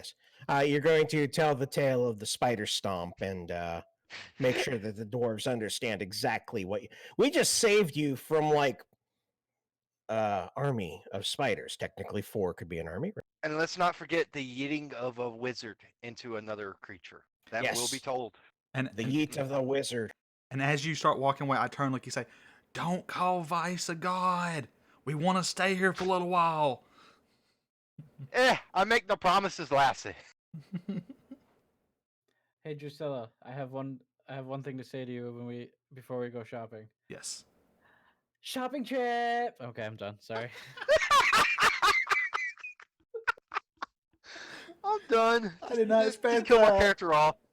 Just kill my character off and just kick All me right, from the so campaign. those of you that are going shopping, what are you looking for? I mean, we're not going to go through a whole role play thing. You're just looking for better arms and armor, or what? Yes. So I'm looking specifically for anything better than chainmail, as far as AC class. And then if there is such thing as a better battle axe here, I'll take that. But the main thing I'm looking for is a stockpile of hand axes. Okay. Let's see here. Better than a chain shirt or chain mail? Chainmail. All right, so you're rolling AC 16 currently. Mm-hmm. Splint mail is available for 200 gold. We're not going to do any markups on that. We'll do markups on selling so that it gets easier, or markdowns, I should say, on selling for things. So that way you can always use book prices. So splint mail, AC 17 is 200, and plate mail, AC 18, 1500. Yikes. So split mail is available. Now, as far as hand axes go, let's take a look at that. Those are relatively cheap. Let's see, hand axe, 5 gold each. You find an actual barrel of hand axes stuck in a corner. You know, literally, it's just like apprentice level type of stuff that they're just like, you know. And cue the bartering for the barrel. Wait, hold on. So, if I could I feasibly strap that barrel to my back and just start running around? Knew it! Let's see, each hand axe is 2 pounds. So I would actually make an encumbrance rule lookup at that point for you, but potentially you could. I'm not ruling it out. Okay, how many hand axes are in this barrel? All of them. I mean, how many do you need? Like, I mean, that's like apprentice's first thing. There's some dwarf downstairs that's got, you know, the start of his beard that just bangs these out for 30 hours a I want you all day. to know I'm looking at my pot of gold. This is my pot of gold, okay? So I'm just my eyes have lit up. They're the size of dinner plates right now. There's like walls of, I assume there's like walls of weapons and cool ass shit, and I'm just like, barrel. I want the barrel. You're looking at the discard barrel, basically. You know, there's, you know, that double bladed axe is the one that took down Jormungandr or the World Worm, and no. But tell me about these hand axes again. Hey, Alan, keep in mind, we do have 2 useless idiots we're dragging along, and I am paying them to do as we want them to, so you could have a little squire boy. Okay, I'm having one literally run into me with battle, and I'm buying this barrel. Like the full barrel with axes in it. Let me do some math. Oh my god. For 50 gold, you can have the entire barrel, and that will get you 25 hand axes. Not even questioning it. Okay. Oh my god. Just, you know, the dwarves, there's a couple of people. I mean, you know, it's a weapon shop. It's not like, you know, a modern day gun shop or anything where there's, you know, customers shooting the shit and browsing around. I mean, it's not a shop in a modern sense. So, you know, a human just suddenly strolls in, looks around, looks at all the weapons. Yeah, that's nice. That's nice. How much for the barrel? Done. I didn't even quote you a price. I don't. Just load it up. Load it up. Oh and I'm walking away with a smile on my face, and I'm finding the bar. and I am walking. I want you to picture. I am literally walking like this with the barrel middle through town, just like ha da da da da da. I'm happy. Hey, you're actually gonna go to the bar and put the barrel on a bar stool next to you. Alan, won't you see if they can put straps on it while they can? Oh, actually, that's a good call. Okay, I'm gonna walk right back. I'm like, hey, listen, Is there like a backpack strap thing you can put on this barrel?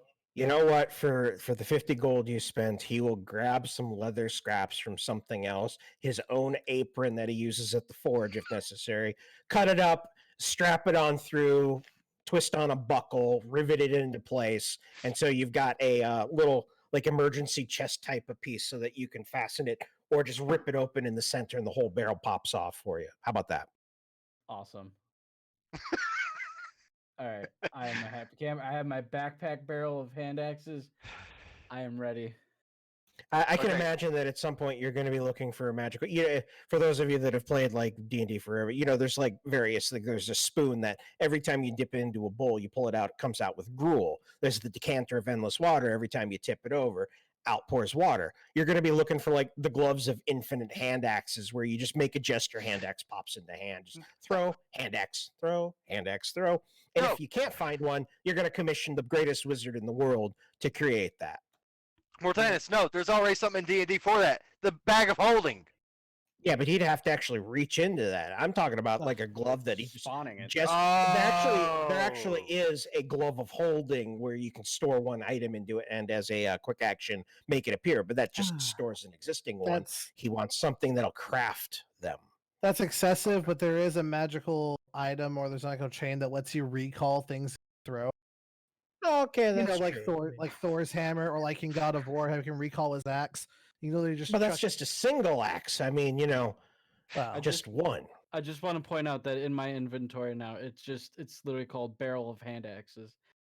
That's fair. Like ion stones. They, for those of you that don't know, you got a stone and they convey various bonuses. You throw it in the air and it circles around your head and it gives like an intellect bonus or a bonus to AC or an extra spell slot or something. I'm just imagining that you're eventually going to find one that's just hand axe. You just toss it in the air and it just circles around your head and you can mentally command it to kill things. Basically, I imagine by level 20 you're going to be a hand axe wizard. Okay. Yeah, definitely. So let me just do the math here. We now have a deity of napalm, basically. We have a bard who apparently can yeet enemies and use them as weapons. We now have a fighter that has a barrel of hand axes. Palace, we got to figure out what Drusilla is going to be. Because it's got to be something. Drusilla the Yeeted. Not the yeeter, the yeeted. Apparently, I'm the noble who doesn't get to speak for everybody. That's what it ends up being. Because every time I start to talk for everybody, everybody's like talks over me. You get to be the Wolverine of the fastball special. Okay, so let's see. We got one shopping bit done. Drusilla's turn. What are you looking for, Drusilla? Well, that would probably depend on what I can sell my existing armor for, because the prices of some of those is like, So, well, what are you looking for currently? Better armor than scale mail. All right, so medium is what you're looking for. So yeah, it looks like it jumps up immediately after scale mail, breastplate, and half plate. Yeah. In fact, honestly, breastplate is no better, except it does not give disadvantage on stealth. So I don't know if you care about that at all. So half plate is the only other viable option. I don't think even selling stuff I'd have enough money for that. So yeah, 750. Yep. The only thing I could do would be go to heavy and do splint. If I sold some stuff. Yeah. Does anyone have any gold that they would be willing to lend our noble? I don't have enough. I haven't gone on a selling trip yet, so maybe. Well, the half plate costs about 750, so I think he needs about 750 borrowed. I have 80. Well, on me, I have 125 gold and 2 platinum. So you have about 205, essentially. Remember, platinum is worth 10. Yeah, so 205 gold, essentially. Oh, yeah. He said 180 or one something. Okay. It was 125 gold. Oh, 120. I thought you said 185. Okay. No. That'll be about 145 gold. That's what I have right now. Well, if you wanted splint, I could give you the difference on splint because they said 175. Yeah, but that's heavy armor, and I don't think she can equip heavy armor. Oh, okay. Mm, Well, she's a fighter, isn't she? yes. Well, I mean, but then yes, she can- multi-classed. What are you currently? I'm a fighter wizard. Well, it's not about multi-class. It's about whatever her starting class is. She'll get those starting class benefits. And if she started out fighter, then she has all the fighter prerequisites, Okay, so let me take a quick peek here. which I do believe is literally every kind of armor possible. They'll have proficiency with. Light, medium, heavy armor, shields, simple weapons, and martial weapons are all starting proficiencies with a fighter. Yeah, so you potentially could. You would just have some problems with the casty parts of things. Yeah, because heavy armor does get in the way of casting. Gotcha. Okay, then I guess. Always look for a better weapon. Yeah, guess I'm gonna do that. Well, you've already got a magic weapon. For the most part, you're not going to be able to find magic items in shops because 5th edition doesn't really have the plentiful magic thing that previous editions have. Their magic items are supposed to be more rare, more specific, more, lore heavy type of things. Yeah, no, but I've got like bows and short sword and stuff. I could, if there's anything better than those. Oh, okay. So Well, anything that you can conceivably purchase. I mean, so you've got what, a short sword? short sword, light crossbow, and longbow. Those are the only And things you're basically proficient in everything. I think so. All right. Well, Yeah. you could upgrade from a short sword to a long sword. That'd be 1d8. I'm presuming you still want to keep things one-handed. Yeah. So let's see here. Long sword is a pretty decent bet. That's basically the only other upgrade you could do and still keep it one-handed. Okay. And a long sword is 15 gold, and it would be 1d8 slashing. Okay. 1d10 versatile in case you did want to use two hands. Yeah, you can double grip that. Okay. So What's your strength score, by the way? 13? And what's your dex? 16. So I Oh. want to let you know that longsword would go off your strength modifier and not your dex modifier. If anything, you want to keep to an item that's finesse because finesse lets you use your dexterity to hit things. Yeah.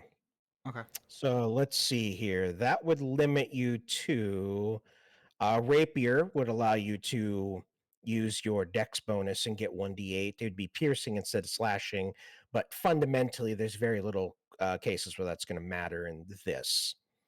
So I think that's probably your best bet, and that's 25 gold. And finesse. So that would allow you to keep your dex, use your dex, I should say. Yeah, I would go for a rapier personally. Okay. Also, it kind of would fit thematically a little bit better for the elven noble. Yeah. A rapier is more of a noble-esque weapon. That's true. Okay, I'm gonna do that. Then I guess sell my short sword to you. You could either sell it or use it as a backup in case it ever falls. You lose your rapier or something. That's true. Or you could give it to Alan as a throwing weapon. How much was that rapier, by the way? You said 25. All right, I'm just gonna decrease down to 100 gold then. Okay, and 1d8 piercing. All right, let me. I will point out that the short sword also has a light ability, and Oh. light ability means that you can use it offhanded, so you dual wield, and you can then use a bonus action with certain restrictions to the attack, but you can use your bonus action to attack with the short sword offhanded. Okay. So you could feasibly attack twice in a turn This. without extra attack. Yeah, I add the rapier, and I already decreased my gold. And I do have leather armor I can sell. Okay, straight leather. Just says leather armor, so I guess yeah. Okay, that'll be at 50% of book, so 5 gold you can get back for it. So one more thing, Mortanis, I will be looking out for potions as well, seeing as how that seems to be a necessity on our Yeah, adventures. yeah, with only a limited amount of spell casting here. I mean, you guys are doing good without a dedicated healer, and having a bard that's able to cover that has been a godsend. So yeah, give me.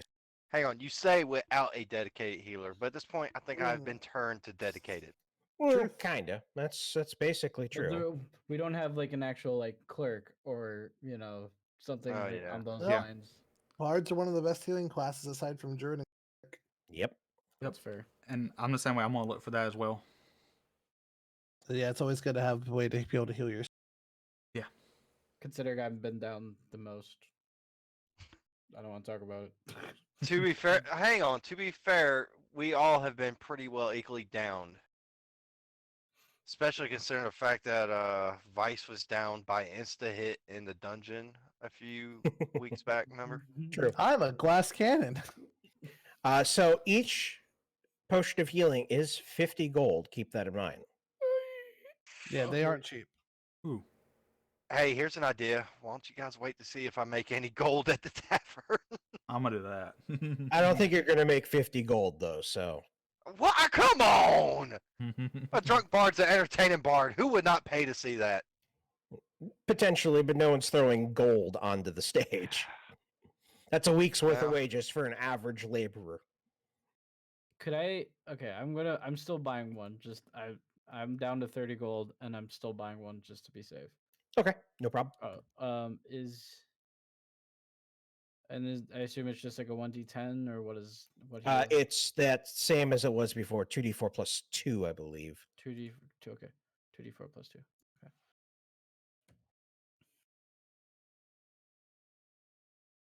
Oh yeah, How much for it? 50. yeah. Mortanis, what about? Did we say where the other two guys were going, or do they sit with me in the car? The other two are going to stick with the cart. I mean, they got to keep an eye on the. I mean, they were paid to keep an eye on the mare, so Yep. and nothing Okay, else, good. and do nothing. And Good, yes, 2d4 plus 2. Because a tiefling Okay. in a hood trying to conceal herself carrying around a man who's tied up doesn't exactly look so good. Very good point. So it's nice to have people to vouch for me, saying no, she's. You said this You is cut it? out. Yeah, All right, I'm gonna buy one Yeah. as well. the first one there, not greater or any of the. Yeah, Gotcha. just a basic one. I'm gonna I'm down I'm gonna to go find 55. I'm officially done and gonna go find either Drusilla or the bard, whichever I find first. It's very easy to find the bard. Once you head anywhere near the inn, you can hear the wonderful tones of a drunk bard. I just wanted to know what people's reactions are. Just seeing me strutting down the road with a barrel on my back, just laden with axes. Surprisingly, it's not nearly as uncommon as you might think. I mean, it's a dwarven city, so there's people that are lugging ale around. I mean, 50-gallon barrels full of various booze mahals. So That's fair. you actually, I'm going to say, you actually, as you're walking down the street, you find yourself as the crowd kind of parts around you, walking side by side with a dwarf who has an almost identical setup. And he looks at you, you got some of the brown ale, have you? Sure. Brown ale and axes. There's mainly axes in there. Not very palatable. I mean, So, it's palatable in the sense of defense. Don't knock it till you try it. True. Yeah. So inside the busted tankard, you find Wait, it's Wait. I'm gonna do something to help you out on this, Mortanis. I'm gonna do a Constitution check to see how drunk the bard is at this point. okay. Okay, there it is. Just to add a little extra spice to your story. Not very. Yeah, damn. Okay. So the Bustard Tavern is notably probably the largest tavern that you see, tavern/inn that you see in your travels throughout this city here. It is a triple-story establishment with very traditional dwarven style stonework, meticulous, very perfectly fitted first story, and then whitewashed wood for the upper stories, which is something of a rarity in the area because there's not a lot of trees near the volcano due to the way that the sulfurous waters beneath ground work. In fact, for the history check previously, you know that there's a very unusual aquifer somewhere beneath ground here that is somehow untainted by the volcanic emanations here. But nonetheless, yeah, this is a very large establishment over the rest of it, with an adjoining stables that are decently packed. And for the most part, not a lot of people stay here for the inside of things. They stay here for the drinking side of things. And there actually is a drunk series of rooms where people are deposited that are basically broom closets if they pass out. They wind up generally without a lot of money in their pockets and the like, but you know, they're not given good rooms, but they're not just left lying on the floor. And thank you for that sub, JW Moses. Very much appreciate it. Look at that. Let's get some hypes. Thanks for supporting the channel. Is that a thing? Is that? Oh, it's not a thing. Nice.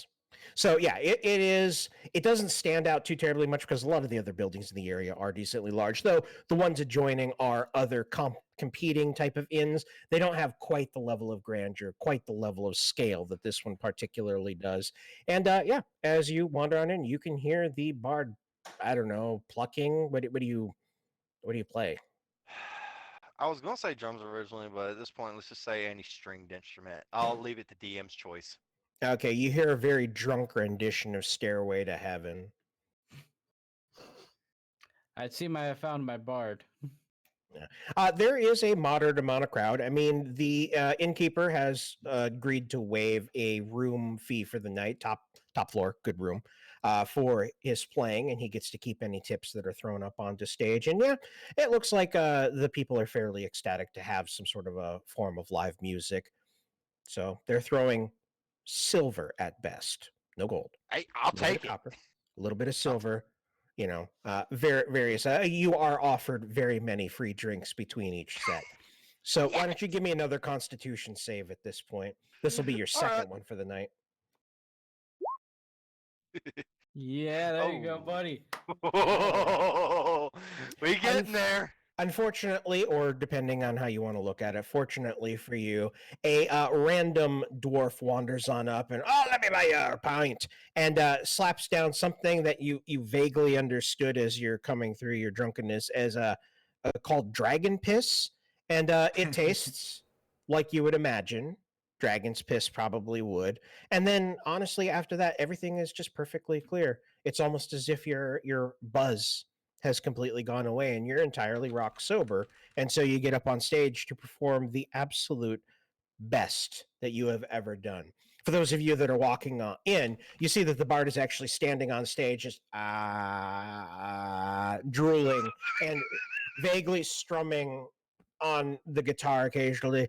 And she's buying the stairway to heaven. I'm just going to sit down and just pretend like that's not my bard. But the bard 100% believes that this is the best performance that he's ever done.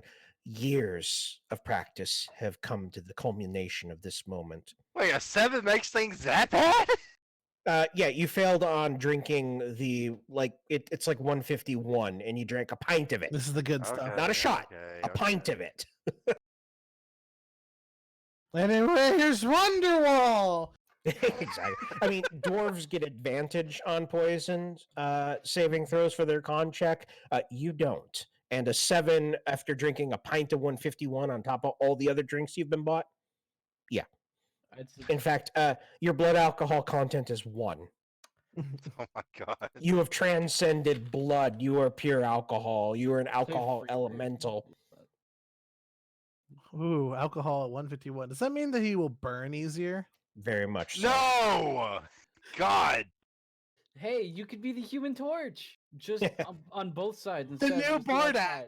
It's the new Bardak. The great incineration man.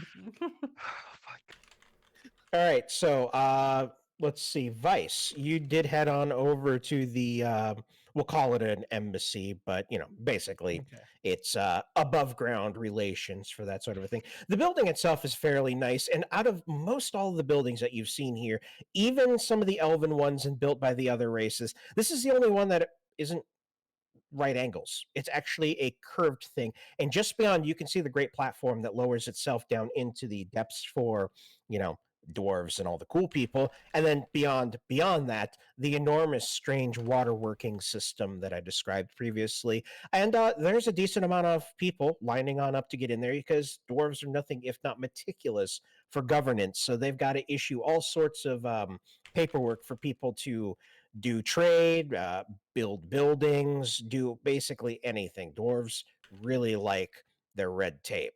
So it takes you a little bit to get through the lines.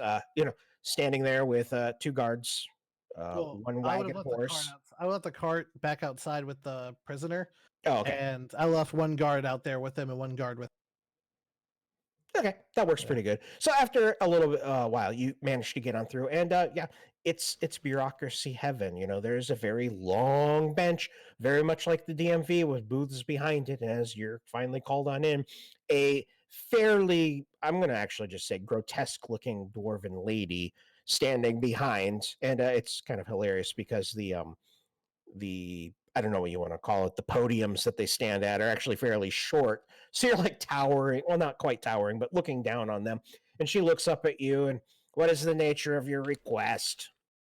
I need to submit a prisoner for holding and procure storage for 2-3 days. I lost a little bit. You blipped out for a second. Sorry, I'm here to submit a prisoner for holding and acquire for 2 to 3 days. Acquire, you blipped out again. Storage. Okay. Yeah. So she seems nonplussed by this and reaches underneath the table, pulls out some various very nice vellum-style parchment paper with all sorts of printings on there and starts writing up some notes on that. Nature of the crime for the prisoner? Tax evasion, money embezzlement, and potential murder. Without blinking, without breaking any sort of a grin or look, she takes the paper and slides it back underneath and pulls out a completely different one and starts writing on that one. And you can see some very heavy, harsh languages on there concerning the treatment of prisoners and all sorts of requirements, the manacles, the 5-point restraint type of a thing. And what's the nature of the storage? Cargo wagon, few barrels, the basic supplies. I'll just write general miscellaneous and animals. Mm-hmm. That will be 25 gold pieces for 3 days. Sounds good. And I give them 2 platinum and 5 gold. So that'll okay.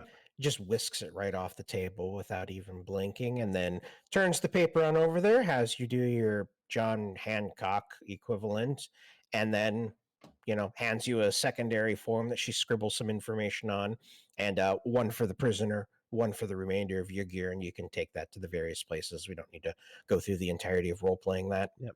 And then you wanted to try to get a pass for the underground, yes? Yep. And she stares at you, and for the very first time, there's actually a little bit of emotion on the face, and it's a downturned frown, just tiny little bit. The corner of her mouth just turns down in the slightest of frowns. And the nature of your visit? Religious academical pursuits. Okay, that's actually not a bad one. That's me talking, not her. You got persuasion? I mean, don't have it as a proficiency, but I do have it.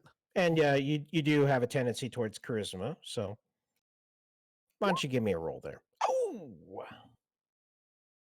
She looks at you, and I'm sorry, but at the nature of the, we can't allow anyone downstairs for this while they're working on the, well, I can't talk about that either. Is there any way I could get any kind of escort just to be able to appear inside the Temple of Moradin? I've really traveled a long distance of many countries to get here. An escort can be provided, pending a appropriate administrative fee is paid. Of course. How much? She folds her hands and actually smiles. It's a bribe. Oh yeah, I know. You gotta. I take it this will this will be good for an escort fee. I'd like you to And so- talk to Mr. Washington and his friend, And also Mr. Washington. I slide her 15 gold. Is there any Uh, way that you could get me an escort down there? She sweeps that off of the table. I'm sorry, no escorts are available. I'll have to trust you on this on your own. And writes up a singular pass. You can bring your friends. This is outside. 15 gold was more than sufficient. I mean, that's a couple of months of salary for her. So you no longer need an escort, and you can bring your buddies and all that. Here you go. She gives you 4 badges. Gentlemen, we need to get out of town post haste. Truly Vice is- appreciative, you paragon of knowledge and bureaucracy. May Moradin shelter. Bow, take my passes, and I'm guessing she gave me a map. I guess like I turned over the mayor to one of the guards for holding, and then go take the cart to the storage facility where we can dump off all our stuff. Okay, you hand over the mayor to their little jail system type of a thing.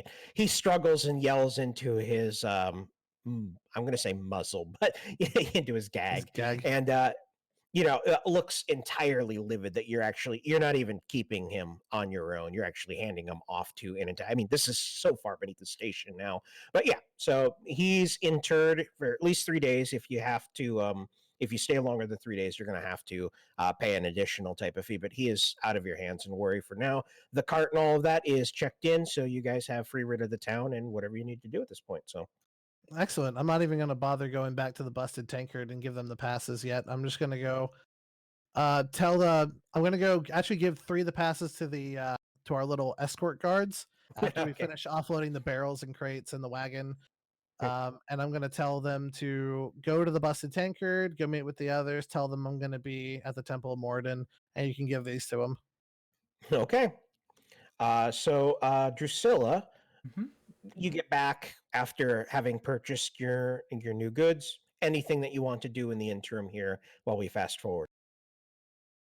Nope. I assume we've already paid for a room and everything, or Actually, at this point, with your association of Denville, he got a very fancy comped room. So you can either stay with him, and the room is large enough to support multiple people. It's a suite, or you could pay for your own room, depending on how large you want it to be. Take your pick. considering I don't need to sleep, Danville, would you mind if I hang out in the room and meditate? You attempt to ask Denville his opinion, but Denville is in another state of being right now. Please leave a message after the drool hits the floor. real quick, Mortanis, how much did I make money-wise? Like, actually give me a number so I can put it in my inventory. All right, let's see. I know you said there were some copper pieces in there. But does he actually realize it's money and not just? If you try to say I'm gonna eat the money, I'm not that drunk. You're gonna have to give me some serious ale in order for that. That, or I'm gonna have to roll a nat 1 on a Constitution check. Oh God. You make Yeah. 25 silver. All right, silver, is that the triangle or the one below it? That is a triangle. Okay, so 25 silver. Hey, And 3 gold. 3 gold. Ooh. good job. Wait, All what's them thought you said- ones. I thought you said there was some copper in there. I heard Yeah, you there mention was. copper. I'm specifically doing the money changing for you. Well, you're too Oh, drunk to okay. do it, so the innkeep very, very helpfully transforms the money into a much more usable thing for a small fee that you can't complain about because you can't do anything at this point. So, Touching it.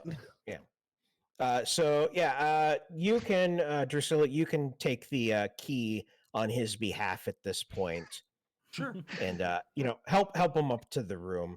Just make sure don't lay him on his back. Yeah, put a bucket underneath him, have him laying on his stomach. Just hang him out the window by his boots until all the alcohol drains out. And don't let no foreign people into the room. All right. So I guess he's done for the night then. At the moment, he'll probably burn it off. I mean, his liver is very well rehearsed to this type of a thing. I can help you what- burn it off. I can help you burn What it lang- off. Denville, what languages do you speak? Give me one moment here. I believe it is Common, Elvish, and Giant, but I'm going to double check. Yes, Common, Elvish, and Giant are the current Okay. languages. As Drusilla helps you on up to the room, you start speaking in Dwarven to him. And Drusilla, you speak Dwarven, do you not? I do. It is not Dwarven, but he's adamant that he has become fluent in Dwarven since arriving in the city. And so he's just speaking to you this entire time in Dwarven, and he's just like, I know so much Dwarven now. And yeah, he's just like, I don't know why that. And I'm just smiling and nodding as we walk up to the room. Just smile and wave, boys. Smile. it's his bardic expertise. He's gleaned the very language from the air itself. At this point, you should probably actually. I mean, you should start flirting with dwarven women in dwarvish as you're passing each of their God! Oh, how the mighty have fallen! Right. I go from eating people to speaking gibberish. Yeah, while trying to pick up dwarven women. So you're eased up to the room. Go ahead and give me another con check to see what disposition you wind up in after you're put to bed. Oh God, this is I swear to God, dice. If do not fail me now, because I swear if it rolls. Nat 1. Ooh, that's not. Oh, that was actually pretty close to a nat 1. It was a 3. It is a better check nonetheless. So you are starting to come out of it. So yeah, we're good. So Drusilla, you help him on up. Yeah, when I said it was a suite, I mean I'm talking. It is pretty decently large. There are actually 4 rooms. There's a central main. Call it living room, or when you go to those fancier hotels, it's an entry area with couches and tables and like a little kitchen type of nook, except that doesn't have this. And then 3 separate rooms for people that are staying in here. So yeah, not too shabby. It is decently well done. Okay. It's got a view of the main heart of the city. So from your vantage point, since not all the buildings here are 3-story, you can actually see over a decent swath of the city when you look out the window. Okay. Well, all right, anything else you would like to do? Yeah, so I was going to take him up to the suite and then put him in a room, and then do I have to meditate on the floor? Is there any type of furniture I can sit on as a meditate? Lots of furniture. Well, whatever they have equivalent to a couch, I'm going to take off my boots or shoes or whatever I have on, and I'm going to sit Indian style on their version of the couch and meditate. I think their version of a couch is a couch. So well, I don't know about this. So it's a dwarven couch, so it's a couch. Gotcha. Okay, so you begin your meditation. Hangam Windhammer. You return to the inn with a barrel full of hand axes. I mean, just absolutely happy as a pig in mud. I just walk up, just fully smile and like, I order some food and some drink, and then I'll just head back up to the room. Okay.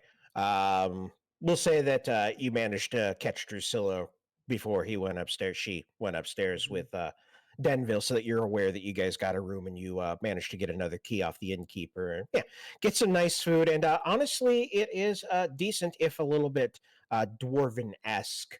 So there's a little bit more emphasis on spice and like rooty type of vegetables. There's a lot of like, I don't know, beets and mutton or something. I'm not a dwarven food expert, so yeah. Nonetheless, it is delicious and cooked by a high skill cook type person, as well as they've got a 1st level mage on staff that can cast prestidigitation and make it not taste like shit, regardless of what it was cooked with. I mean, he could honestly make a bucket of mud taste like filet mignon. So.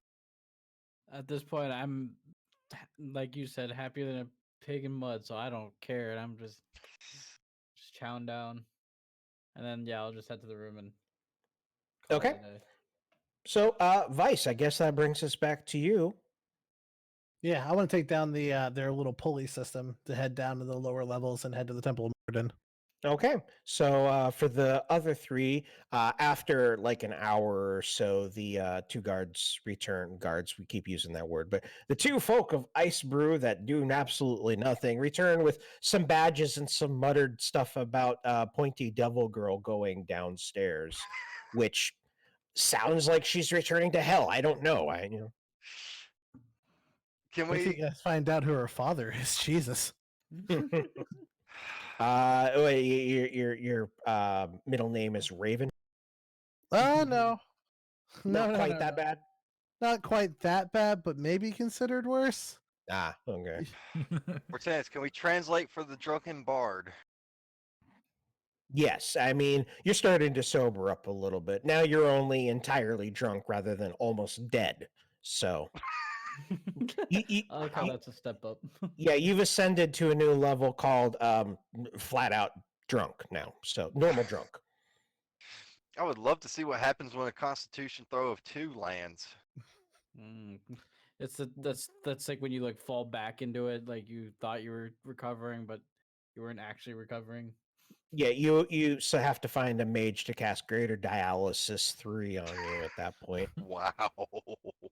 All right, Not so wrong. the platform, there is a handful of dwarves, and these are armed and definitely pay very close attention to your badge and look at it and heft it up to the dwindling light as evening continues on and the sun begins to set. And then, sure enough, they lower you down, though you don't see by what mechanism they control it because they just stand on the platform. And then, without any sort of prompting, it begins to lower. You didn't see any hand signals, you didn't see any levers pulled, they just stood onto it and then it began to lower. Can I roll an Arcana check to see this magically? Yes, you It is. can. Nope. It is definitely the most magical thing you've ever seen. I mean, truly, it is. This is I really mean, yeah, it's sufficiently advanced magic, indistinguishable from technology. It's basically space wizardry, as far as you're concerned. Yeah, it's so advanced, even I cannot tell its magical means. Yeah, So my- it lowers down smoothly. No clack, clack, clack as the gears, set on in there. The chain doesn't run through any sort of weird gearing that makes it shudder as it goes on down. It's actually a pleasant experience, and you lower deep. It's not just 100 feet, it's not a 200 feet, but eventually, as the light dwindles above you, you come on down into the heart of the caldera, the old magma chamber where things used to be. And there are many, many, many, many more buildings down here, but they are all of dwarven design. But in the center is the only thing that absolutely matters is the Temple of Moradin, and it is very, very beautiful. It has enormous steps. I don't mean like giant steps that would take like 3 dwarves to climb up over the course of a day. I mean like they ascend many, many feet above the volcanic floor. I don't know, Caldera. pumice stone type of a thing. It's that rough, pumice, yeah, effectively rises on up to a kind of trapezoidal style building, like a pyramid where the roof had been cut on off. There are two, oh boy, I can't even use my hands to gesture because I have push to talk on. Uh, Above the building are two enormous bronze and presumably silver, maybe platinum hammers that cross above an open air column building, a very Greek style, like fluted pillar type of a thing, think Parthenon, with a mock up of the anvil set at the dead center. The anvil in this case, the celestial, the Heartfire Forge that dwarves believe created the world, and then the dwarves themselves. This is just a representation of it. This still is not the main part of the temple, as there are steps inside that head again even further down into the depths. The temple looks like it was built in stages because you can see newer construction, and newer is a relative term. We're talking a couple of centuries at this point, but the stone coloring and wear pattern looks ever so slightly different that I'm not going to make a check required to notice that. But it looks like it was built on in waves from a central piece and then on outwards, though not perfectly symmetrical. It looks like some wings were built in other directions before some. And there are a large amount of dwarves around here. It's not like they're just worshiping, but as it is getting on towards evening, people are returning from the large array of buildings that spread around this. And then even further, the walls have like doorways that are carved on into it that allow deeper access into the volcano um, itself. So you find yourself in a vast chamber and you have absolutely no idea what's supporting all of it because you're 300 feet underground and this temple is enormous and you can't see, even though it's lit in areas, how vast this chamber is, but you'd be guessing it's probably a half a mile across and there's no central support pillars whatsoever. Truly a magical place. It is pretty impressive, but there's the temple directly ahead of you, as well as all sorts of dwarven-only buildings. There's forges. They've got curious venting systems that draw the fumes on up into the air and then shunt them to a centralized, what do you call the thing that come out of stoves? Chimneys, stuff like that. Stovepipes and stuff. So, it vents the gases and all of that away. So it actually is surprisingly breathable down here. And warm, not oppressively so, but definitely warmer than it was at the surface, which again was much warmer than the surrounding winter. It's probably a nice 70 in here. Oh, nice. Is there any, do I see any kind of leather workers so I can buy some studded leather? You do indeed. Awesome. Is it better quality than I probably would have found upstairs? If you are willing to pay a little bit extra, and by a little bit I mean yes, you can have the equivalent, because I know there's no masterwork in this, but you could have the equivalent of masterwork, a +1 to the AC. It's just Gotcha. going to cost you. How much? Let's see, you want studded leather? We'll see what they have for studded leather. If not, then go fall back to regular leather. For 100 gold, you could get the equivalent of studded leather +1. Studded leather +1. I'm a little bit short. How short? 5'5". Ayo. Actually, can I want to sell? Did I find an apothecary to sell these venom sacks for? Oh, okay. Yes. Let's take a peek at that here. Oh. I have stuff I can sell, so I should probably take care of that first and all things.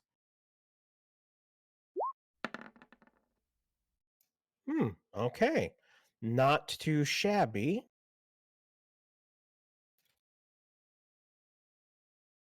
These things are still fresh, and the cold Yeah. temperature kept it pretty chilled. That is a very good point.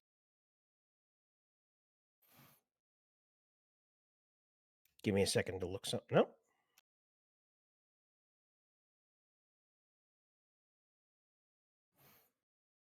Okay, you can find someone, an apothecary, that is willing to give you 20 gold per. And done deal. That's 4, so that's 80. Nice. So 160 gold I have. And also I have a Hauru and Opal from my homeland. But okay. by base value worth 10 gold pieces, but see if I can't haggle and get a little worth a little. Okay. What skill does that key off of now? I have absolutely no idea. Persuasion would be bartering. All right, give it a go. All right, you said it was base 10? Yeah, base 10 GP. All right, plus 50%. You can get 15 for it here. Sounds good. I'll sell the Opal 15. Okay. All right, and how much you say with that studded leather +1 would be? 100 on the dot. Then that's 100 gold spent, and I get studded leather +1. Nicely done. And do I have anything else that I want to sell? Oh, actually, there is one thing. Before I go to the temple, I want to ask around for the best brewmaster in the Undercity. Oh, okay. You can definitely do that. Do I find him, or do I get recommended to? Yeah, I mean, people are actually almost overflowing with desire to tell you who it is because they want to make sure that they rub it in your face type of it. Oh, of course. Okay, give me a second.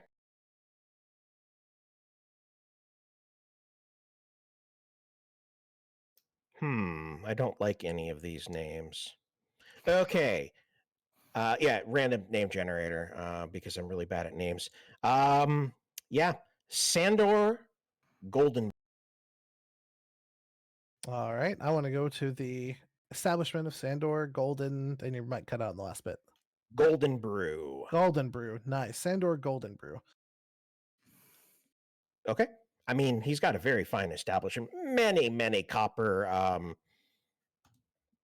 brewing things. You know what? I used to brew alcohol, and I can't even remember what the gigantic kettles are called. But, big old 50-gallon drums on up to 1,000-gallon drums for mass brewing. Very nice, very ornate, very copper, very, very good. And Sandorn's apprentices, not stills, that's for distilling, but similar. Gigantic things. Now, I lost my train of thought. In any case, he and his apprentices will look at you with great suspicion because A, you're not a dwarf, and B, you have the look of red skin, which is just really weird. And asks what he can do for you. I wanted to present something to you to try, and I want to know if we can come to a business arrangement. He laughs heartily. To try, let me guess. You've stumbled across a great recipe that your great grandpappy made in hell, and you wish to try to see if it's something. I can tell you now, it is inferior to all brews that I've ever brewed. Well, you're half right. It is a really good recipe, but let's just let the drink talk for itself. You got a glass? I've got a bucket. I keep me mopping. We could use that. It's the only thing that would be worth the slop you're attempting to. You understand? I am the greatest brewmaster in all the realms. Okay. I get many people who arrive here attempting to challenge me in meal and home. And he'll actually go kick the mop out of the bucket and give it a quick little rinse, spill the water on out, and he'll slap I was going to say galvanize, but they can't galvanize, a metal bucket down on his bench and gestures. Remember? Hang on. What's in my explorers pack? Because this would be sacrilegious. I'm sorry. This would be absolutely sacrilegious. Explorers pack. Second water skin. Cool. Never mind. I'm going to carefully pour a bit of the glacial into a second water skin, just like a small amount, like a shot's worth, and say, never mind about the bucket. This really wouldn't be appropriate. Here, try this. Tell me what you think.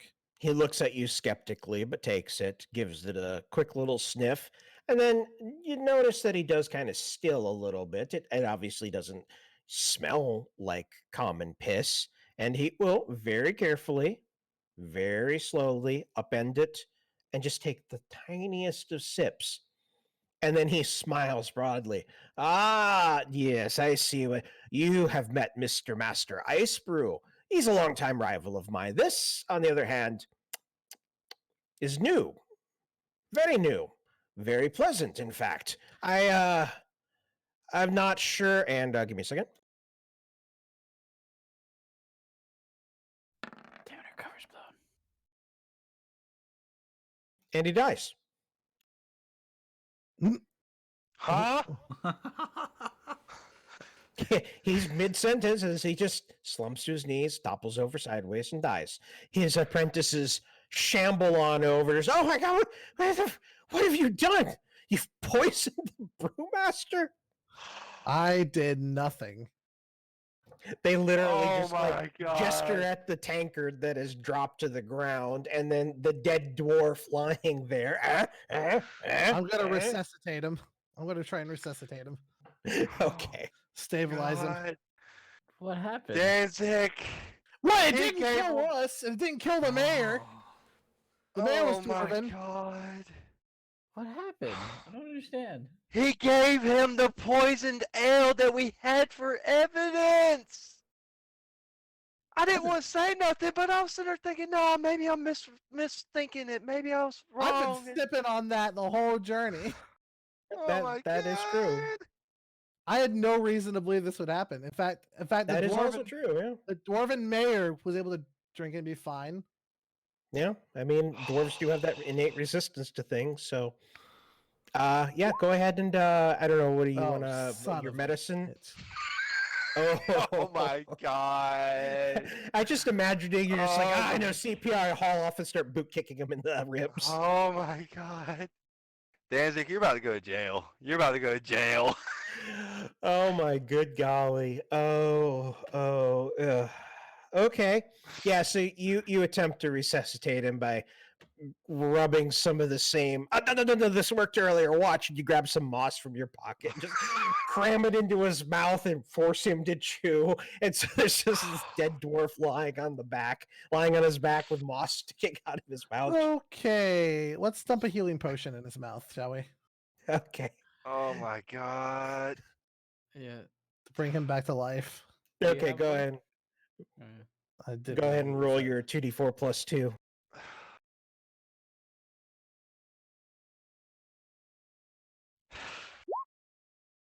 Okay. Now, here's the way that I feel that this should work. Let's leave it to the roll of the dice, shall we? Oh, You God. attempt to heal him, and I'm going to roll a percentile. And I'm going to not say offhand what is good and what is bad here. But I'm going to roll a 1d100, and I'm going to say low is better. The lower, the better for you. Come on. That is good. That is really, Really good. good for you. Had it been above 50, it wouldn't have done anything for him. So you pour the potion through the remains of the moss that you've crammed into his mouth. And after a very interminably long period of waiting, just, okay, how far do I need to run to get away from this place? He suddenly coughs, spraying moss and bile everywhere, rolls onto his side, vomits up a handful of everything. I don't know what dwarves eat down here. I'm going to say like pasties, like Cornish pasties type of a thing. Just vomits up a whole bunch of stuff and then glares at you through bloodshot eyes. What is in that? This is just, I don't know. I was drinking on the way here and everything. Did that bastard ice brew poison this? I don't know what was in. This is not something you want to say after he died from drinking. I've literally been drinking the whole time. Oh my God. Uh, Oh my God. He'll slowly struggle to his feet and pick up the discarded, toppled, dropped tankard, sniff at it again, and then stick his finger on in there, run it around the interior, and give it a sniff. And it smells okay. It tastes bloody wonderful. But tell me, what exactly happened? I have a fuzzy memory of standing here and then being on the ground. I didn't get drunk. I don't feel drunk. And one No. of his apprentices, you died, sir. He kind of stares at them. I say, what? You were technically dead for about 20 seconds there. Oh, but Moradin be blessed. He's back now. No, with the proximity of the temple is obviously what. Yeah. He'll just like slosh around the little dregs that are left in the leather, sniff at it again. I don't understand. And I he'll don't take another understand sip. either. He'll take another sip. Well, This time, Oh my God. nothing happens. Strange. Taste as delicious as the first time. I'm Curious. still standing. I don't. Very curious. That bastard ice brew must have poisoned this. If it's poisoned, I'd probably be dead again. I don't understand. Neither do I. I'm just sitting there like, yes, it was poisoned. It's just like, just trying Must to be listen. some sort of poison that works on things other than tieflings. So, what were you planning on doing with this bout of poisonous beauty? Well, I wasn't hoping to poison you. In fact, as I'm going to pull out the notes and everything about the recipes that the mayor had been that I kept, I was like, I was here to try and see if we could recreate this, and we could sell it under your name. I mean, with He the stares at it, stares at you. That's an intriguing proposition. Now, tell me, how did you come by Master Ice Brew's recipes? A little Well- industrial espionage, you say? you could say that. I had a little help from one of the mayor of the town he lived in. That slide dog. He's a man after my own heart. He managed to get Master Ice Brew to give up his. Only a dwarf could get such wonderful from him. How is Master Ice Brew, by the way? Does he harbor a little bit of ill will at you for taking his recipe? Well, I'm pretty sure he doesn't know about this, but I'm pretty sure he wasn't too happy about me having this, since apparently it had negative effects. Negative effects. Yes, I can understand that given what just happened here. So, you wish to recreate the brew. Would you be willing to just sell me the notes? I would sell you the notes and everything I have on there, but I would also like to be cut in on just 2% of all future profits of anything that is sold for it. He splutters. 2%? Freaking thoughts above. More than short curlies, are you kidding me? Aside from the fact that it nearly killed you. If you can find a way to remake a version of this that tastes just as good without killing people, this could sell in the highest halls of any dwarven lord or any elven or any kind of racial lord. He And you know this. scratches at his beard and then actually looks a little chagrined. It pains me to admit defeat to an elf, but Ice Brew is the master brewer in all these lands. And you have 2%. his recipe. 2%. And he offers out a big, meaty, calloused hand. I shake his hand. Let's go drop the paperwork. All right. And I think that's actually it. We're probably going to have to call it there for the evening because I got to get up for work in the morning. We still got to do the breakdown afterwards here. So we'll call it for there at the adventure. We didn't get quite as far as I was expecting because that first combat took a lot longer than I was expecting. We did start a little bit late tonight, but nonetheless, all right. And that That'll was my be fault. the end of this part of the event. Oh, it was everybody's fault, especially the dice's fault. The dice just did not land in your favor for very, very Well, much. At least we didn't TPK. Yeah, Yeah. that was true. That was pretty good. Last time, as far as starting late, I'll go ahead and take the blame for it because honestly, it was my fault. We started later. It was due to work. So for all of you watching, I do apologize. Understandable. All right, so let's do our post-game breakdown type of a thing here. So, Vice, thoughts, questions, comments, concerns, hang-ups about this So like the first thing in mind was like, I can't believe Mortanis had the idea to give us such a heavy encounter. And then I realized, no, he rolled a 19 on a random encounter chart, and that was meant 19 and 20 is usually, I think 20 is like, hey, a really good thing, and 19 is like, this is doom. So that was just the way the dice fell. And the fact that we survived is, well, quite shocking. but a testament to how you guys can actually pull together when necessary. So very true.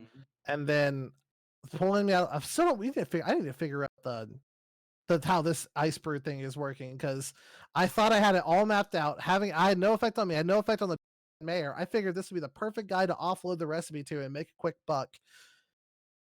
And then it nearly killed him.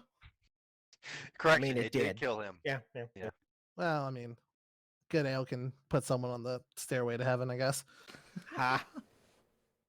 Ha. But no, everything was good. This all went great, and everyone decided it's about time we got to a town and that we can, shop and stock up and do our best here to try and get everything taken care of. And I got some nice summer out of it. Without driving any spoilers towards things, it is possible and likely, but not required. You guys can go whichever way you would like to figure out what is wrong with the portal, and perhaps an adventure may be in store if you restore it and can shortcut to the capital.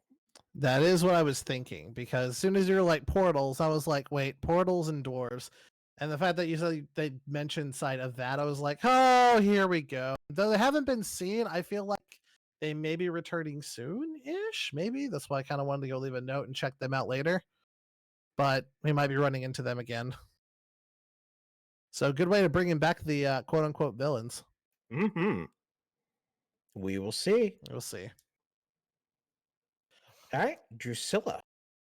I will say that Vice stole my thunder there at the end. I had actually, in the very beginning, if you remember, I written down notes of the formula because I was planning to.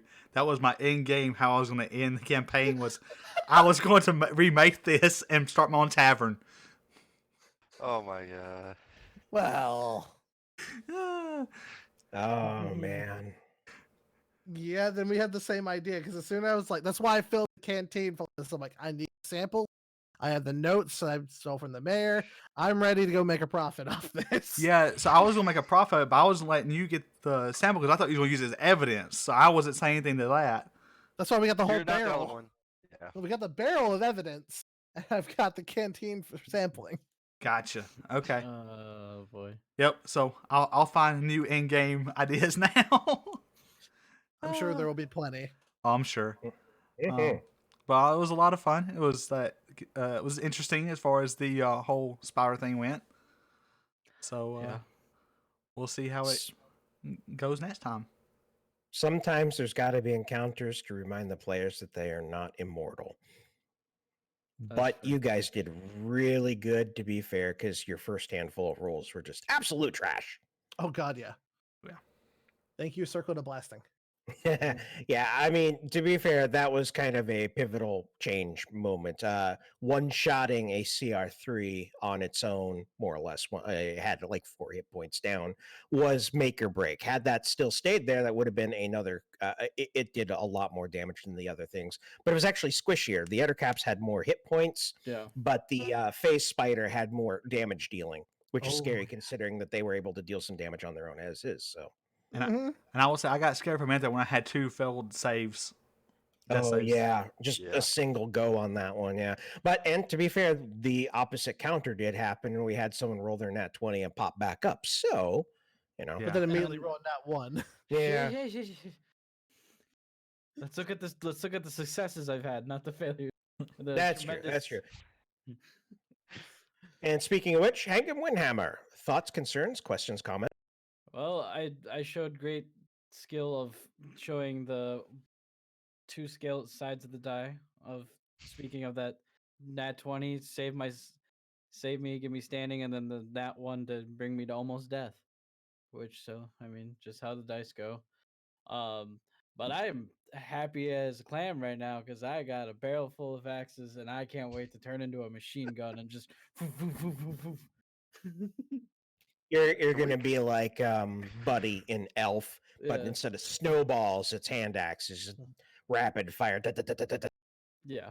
So that's basically my game plan now is in any combat where we have the advantage and or it's in a like like I can start running, I'm just going to start running and just going whoosh, whoosh, and just start, especially if they're like lower level opponents. You're gonna be the John Wick of hand axes instead of guns.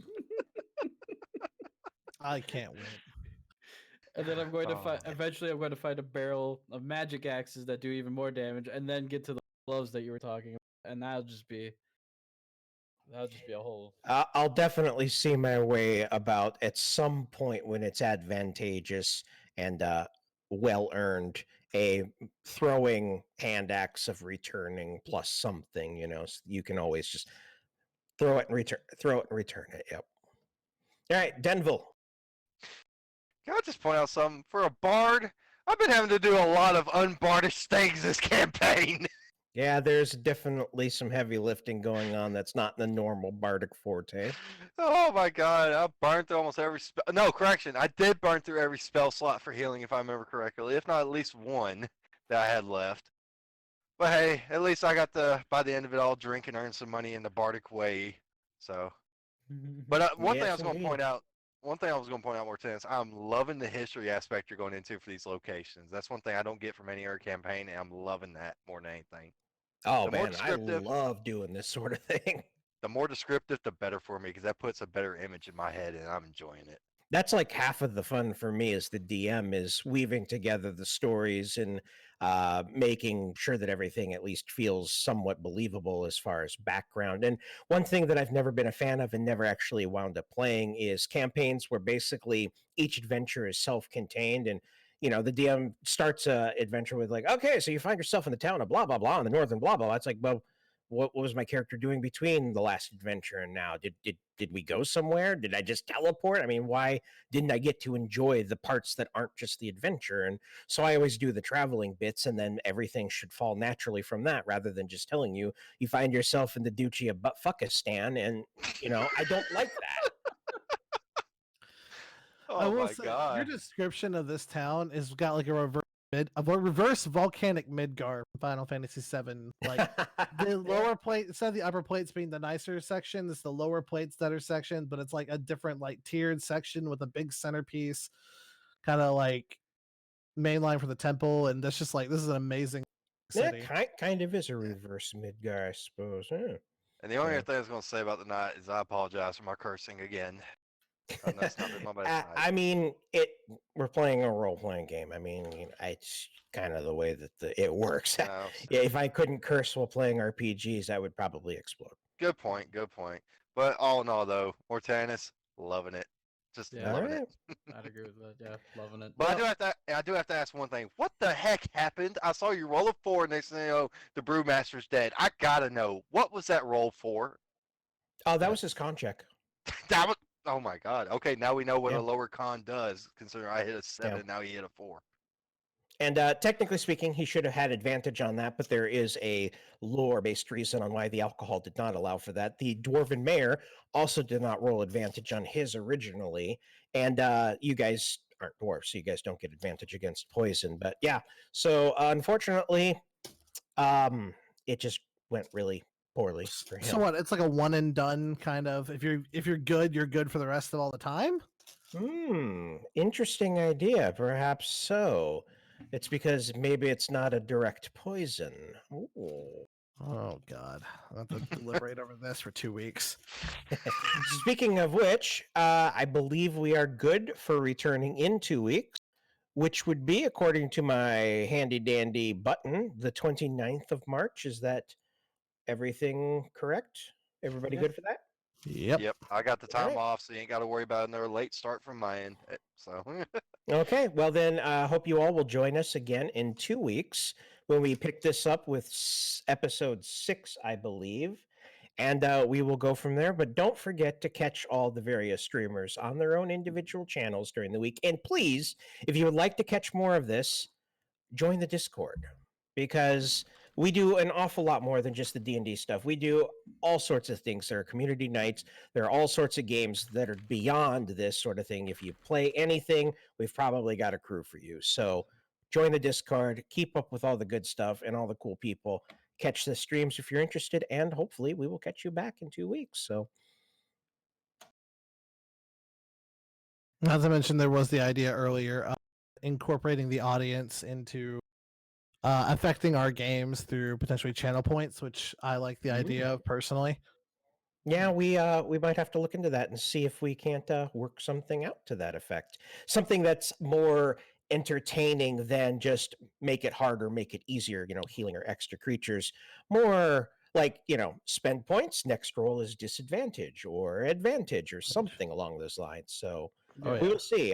We'll discuss this amongst ourselves and then see what Queen Hobo Slayer herself may have to say about that. Because channel points, unfortunately, can't be per stream. So, it's got to show up for the other things, but I think we can probably work something out. So, Yeah. in any case, thank you all for showing up. It's been great, and we will catch you in 2 weeks. So, Bye. See you then, everyone. later, y'all.